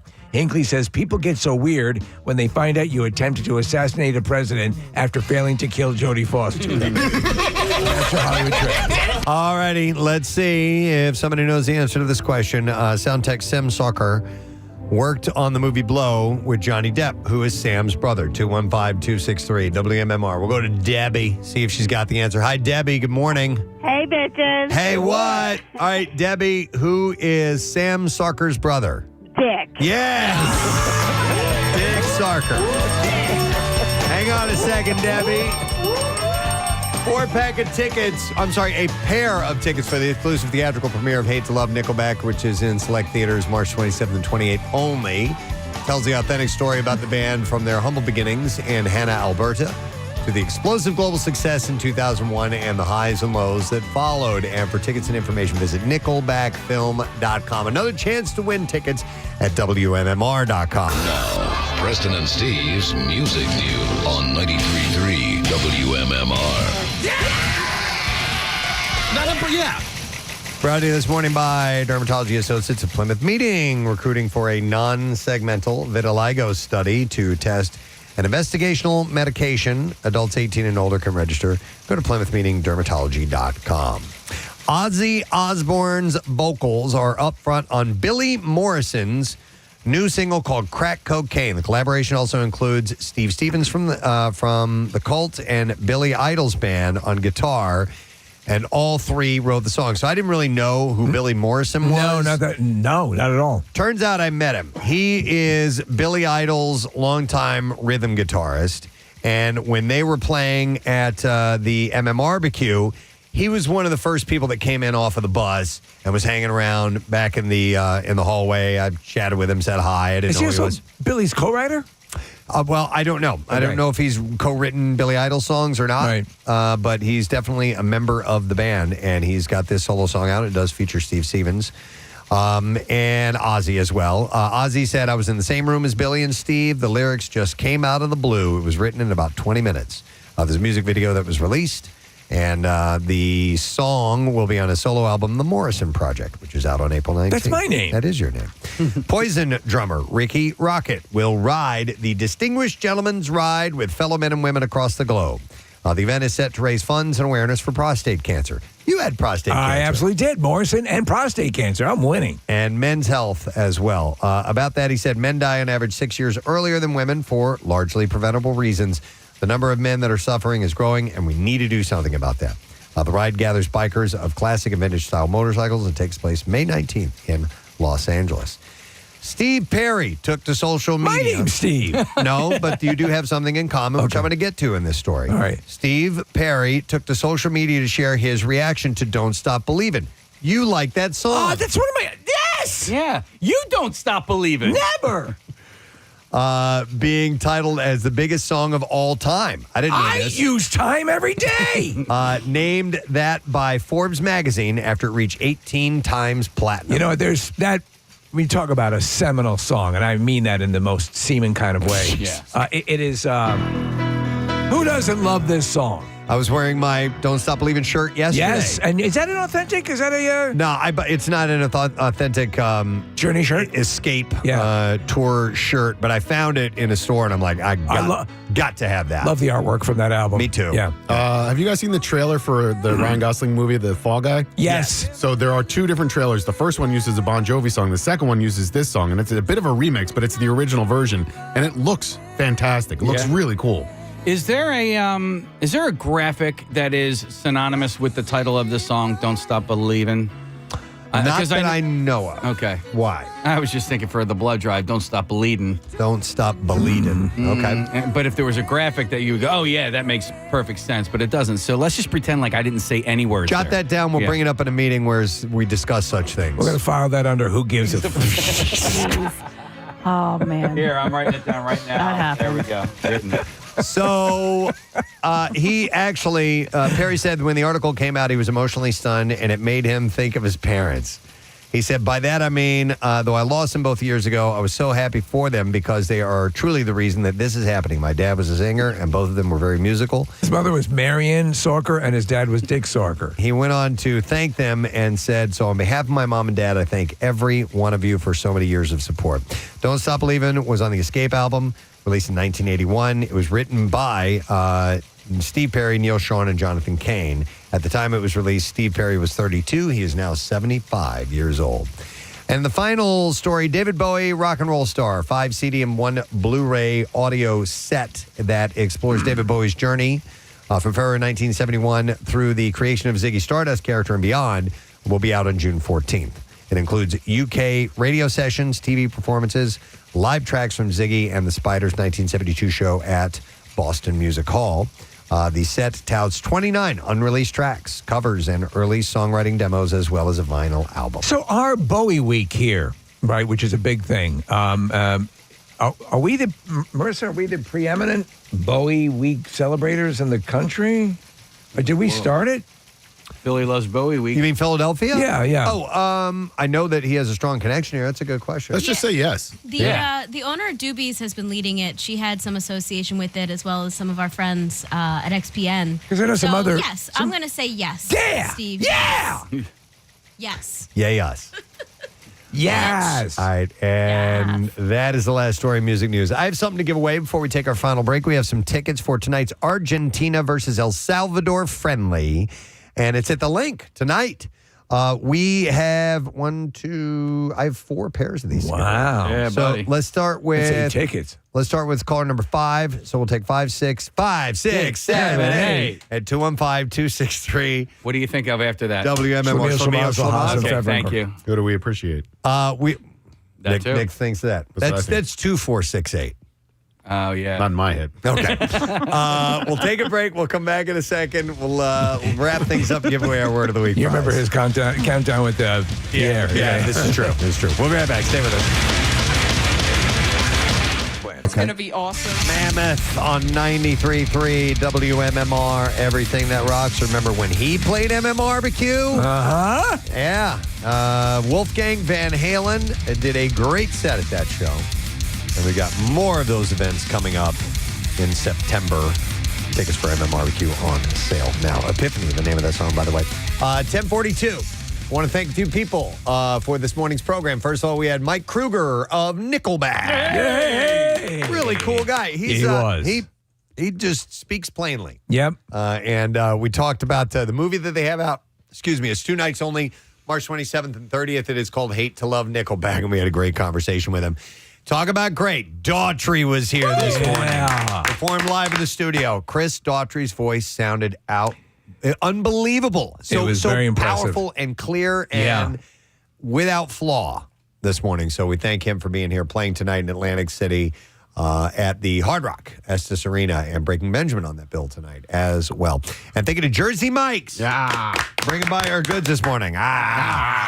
And they have an event that's going on next Wednesday. 100% of sales are going to be donated to their local charities. It's very generous. Really cool thing for them to do. Very cool. And, they're striving to raise, they're trying to surpass their $21 million fundraising total that they have. So congratulations to those guys, and thank you for being here. Jackie Bam Bam's here. Hey! No Sad Bro Friday. Yeah, brother. We made it. I got to turn my best Daughtry voice on here. How do you follow that? Yeah, hard to, right? You know, Press, you're a drummer. I'm a drummer. We're musicians. But to be a vocalist and do a morning show, I mean, I'm going to reference my pal Tom Kiefer, Cinderella, or John Waite. You know, doing morning shows, it's rough. Yeah. And you said it. You heard him warming up, and amazing. He just walked in, and immediately when he said, hey, you never know, especially rock stars. Right. Usually it's like, hey, how are you guys? Yeah. He walked in, and I heard his voice just boom. Hey, guys, morning. How you doing? Yeah. Like he was like ready to go. And love that. You said second night of the tour, bus was parked out here, so I guess they rolled into town and slept out there in the parking lot, and then did the show. Yeah, well, they didn't roll into the parking lot till like 7:30. Oh, but it was cool. It was a full caravan. Yeah, it was really cool. So they had a great time this morning. We had a great time. They sounded amazing. Agreed. All right, let's do the letter, man. Let's do it. All right. Preston and Steve on 93.3 WMMR. Now, the Daily Letter. The Preston and Steve Show is brought to you today by The Letter. The letter Y as in yeah. All right, we will take caller number 10 at 215-263-WMMR. And if you happen to know the word of the week, then you win the word of the week prize. Jackie has got the rest of his shift to bring all kinds of stuff to you. What's going on today, man? Well, we got the workforce blocks at noon on Pierre's docket. He's giving us Blink 182 earlier this morning. Pretenders coming into town, a special night at the Fillmore. We'll get ready for that. Big block of the Pretenders. And got some sad news. I was talking to Chuck about this. Another great venue closing its doors, kind of like the Trocadero, the Empire, the Galaxy, Dobbs, Grape Room, and Manayunk. So, we have many. I don't like to hear that. Yeah. So I spoke to Chuck. I said, why don't we dig deep into the MM archives? Many MMR concerts with them, hosted by Pierre. So we'll play them back, share some memories, and hate to see that. Yeah. So we'll do that, and I have those last pair of sweet tickets to join me and Casey Boyd. We're getting one day closer, April 28th at the Worth 400 at Dover, and my last pair of John Fogerty, George Thorogood tickets. Excellent. All right, let's see if we can get a winner. We're looking for Mike, who's the 10th caller. Hey, Mike. Morning, bud. Hey, how you guys doing? You guys rock. Thank you, man. Appreciate it. All right, Mike, tell Jackie what you think the word of the week is. It's the word dizzy, like me. Great day in the morning! Did I say it right, Mike? You did. Mike, you get a pair of pit tickets to the MM Barbecue and a couple of concert T-shirts. Go along with that, all right, buddy? That is terrific. That is fascinating. That is incredible. We will see you right down front. Hang on the line. We'll get your info. Don't forget, tickets are on sale now for this event, Saturday, September 21st, Freedom Mortgage Pavilion. And they will, you, I should say, will be seeing great bands like The Offspring, Hailstorm, Nothing More, The Warning, POD, Silvertide, Sleep Theory, Jersey Calling, all these bands on board. There are early bird lawn seats available, $25 plus fees. You can go to WMMR.com. And Jackie Bam Bam's going to be spinning on the Preston and Steve Show side stage. Cannot wait. We're going to do it again. Yes. Most definitely. All right, I'm going to take this moment to thank our sponsors. Preston and Steve Show today brought to you by Dunkin'. And the Preston and Steve Show runs on Dunkin'. Also brought to you by Acme Markets, fresh foods, local flavors, and Trinity Rehab. Locations all over trinity-rehab.com. Next week on the program, Casey doing traffic. Yay! That's what you can tune in for. We actually have a few days off next week, so please be patient and spend some time with us. Even though we won't be here, we'll be here in spirit. That's it. We are done. Rage on. Have a great weekend, and we'll see you later, gang. Bye-bye.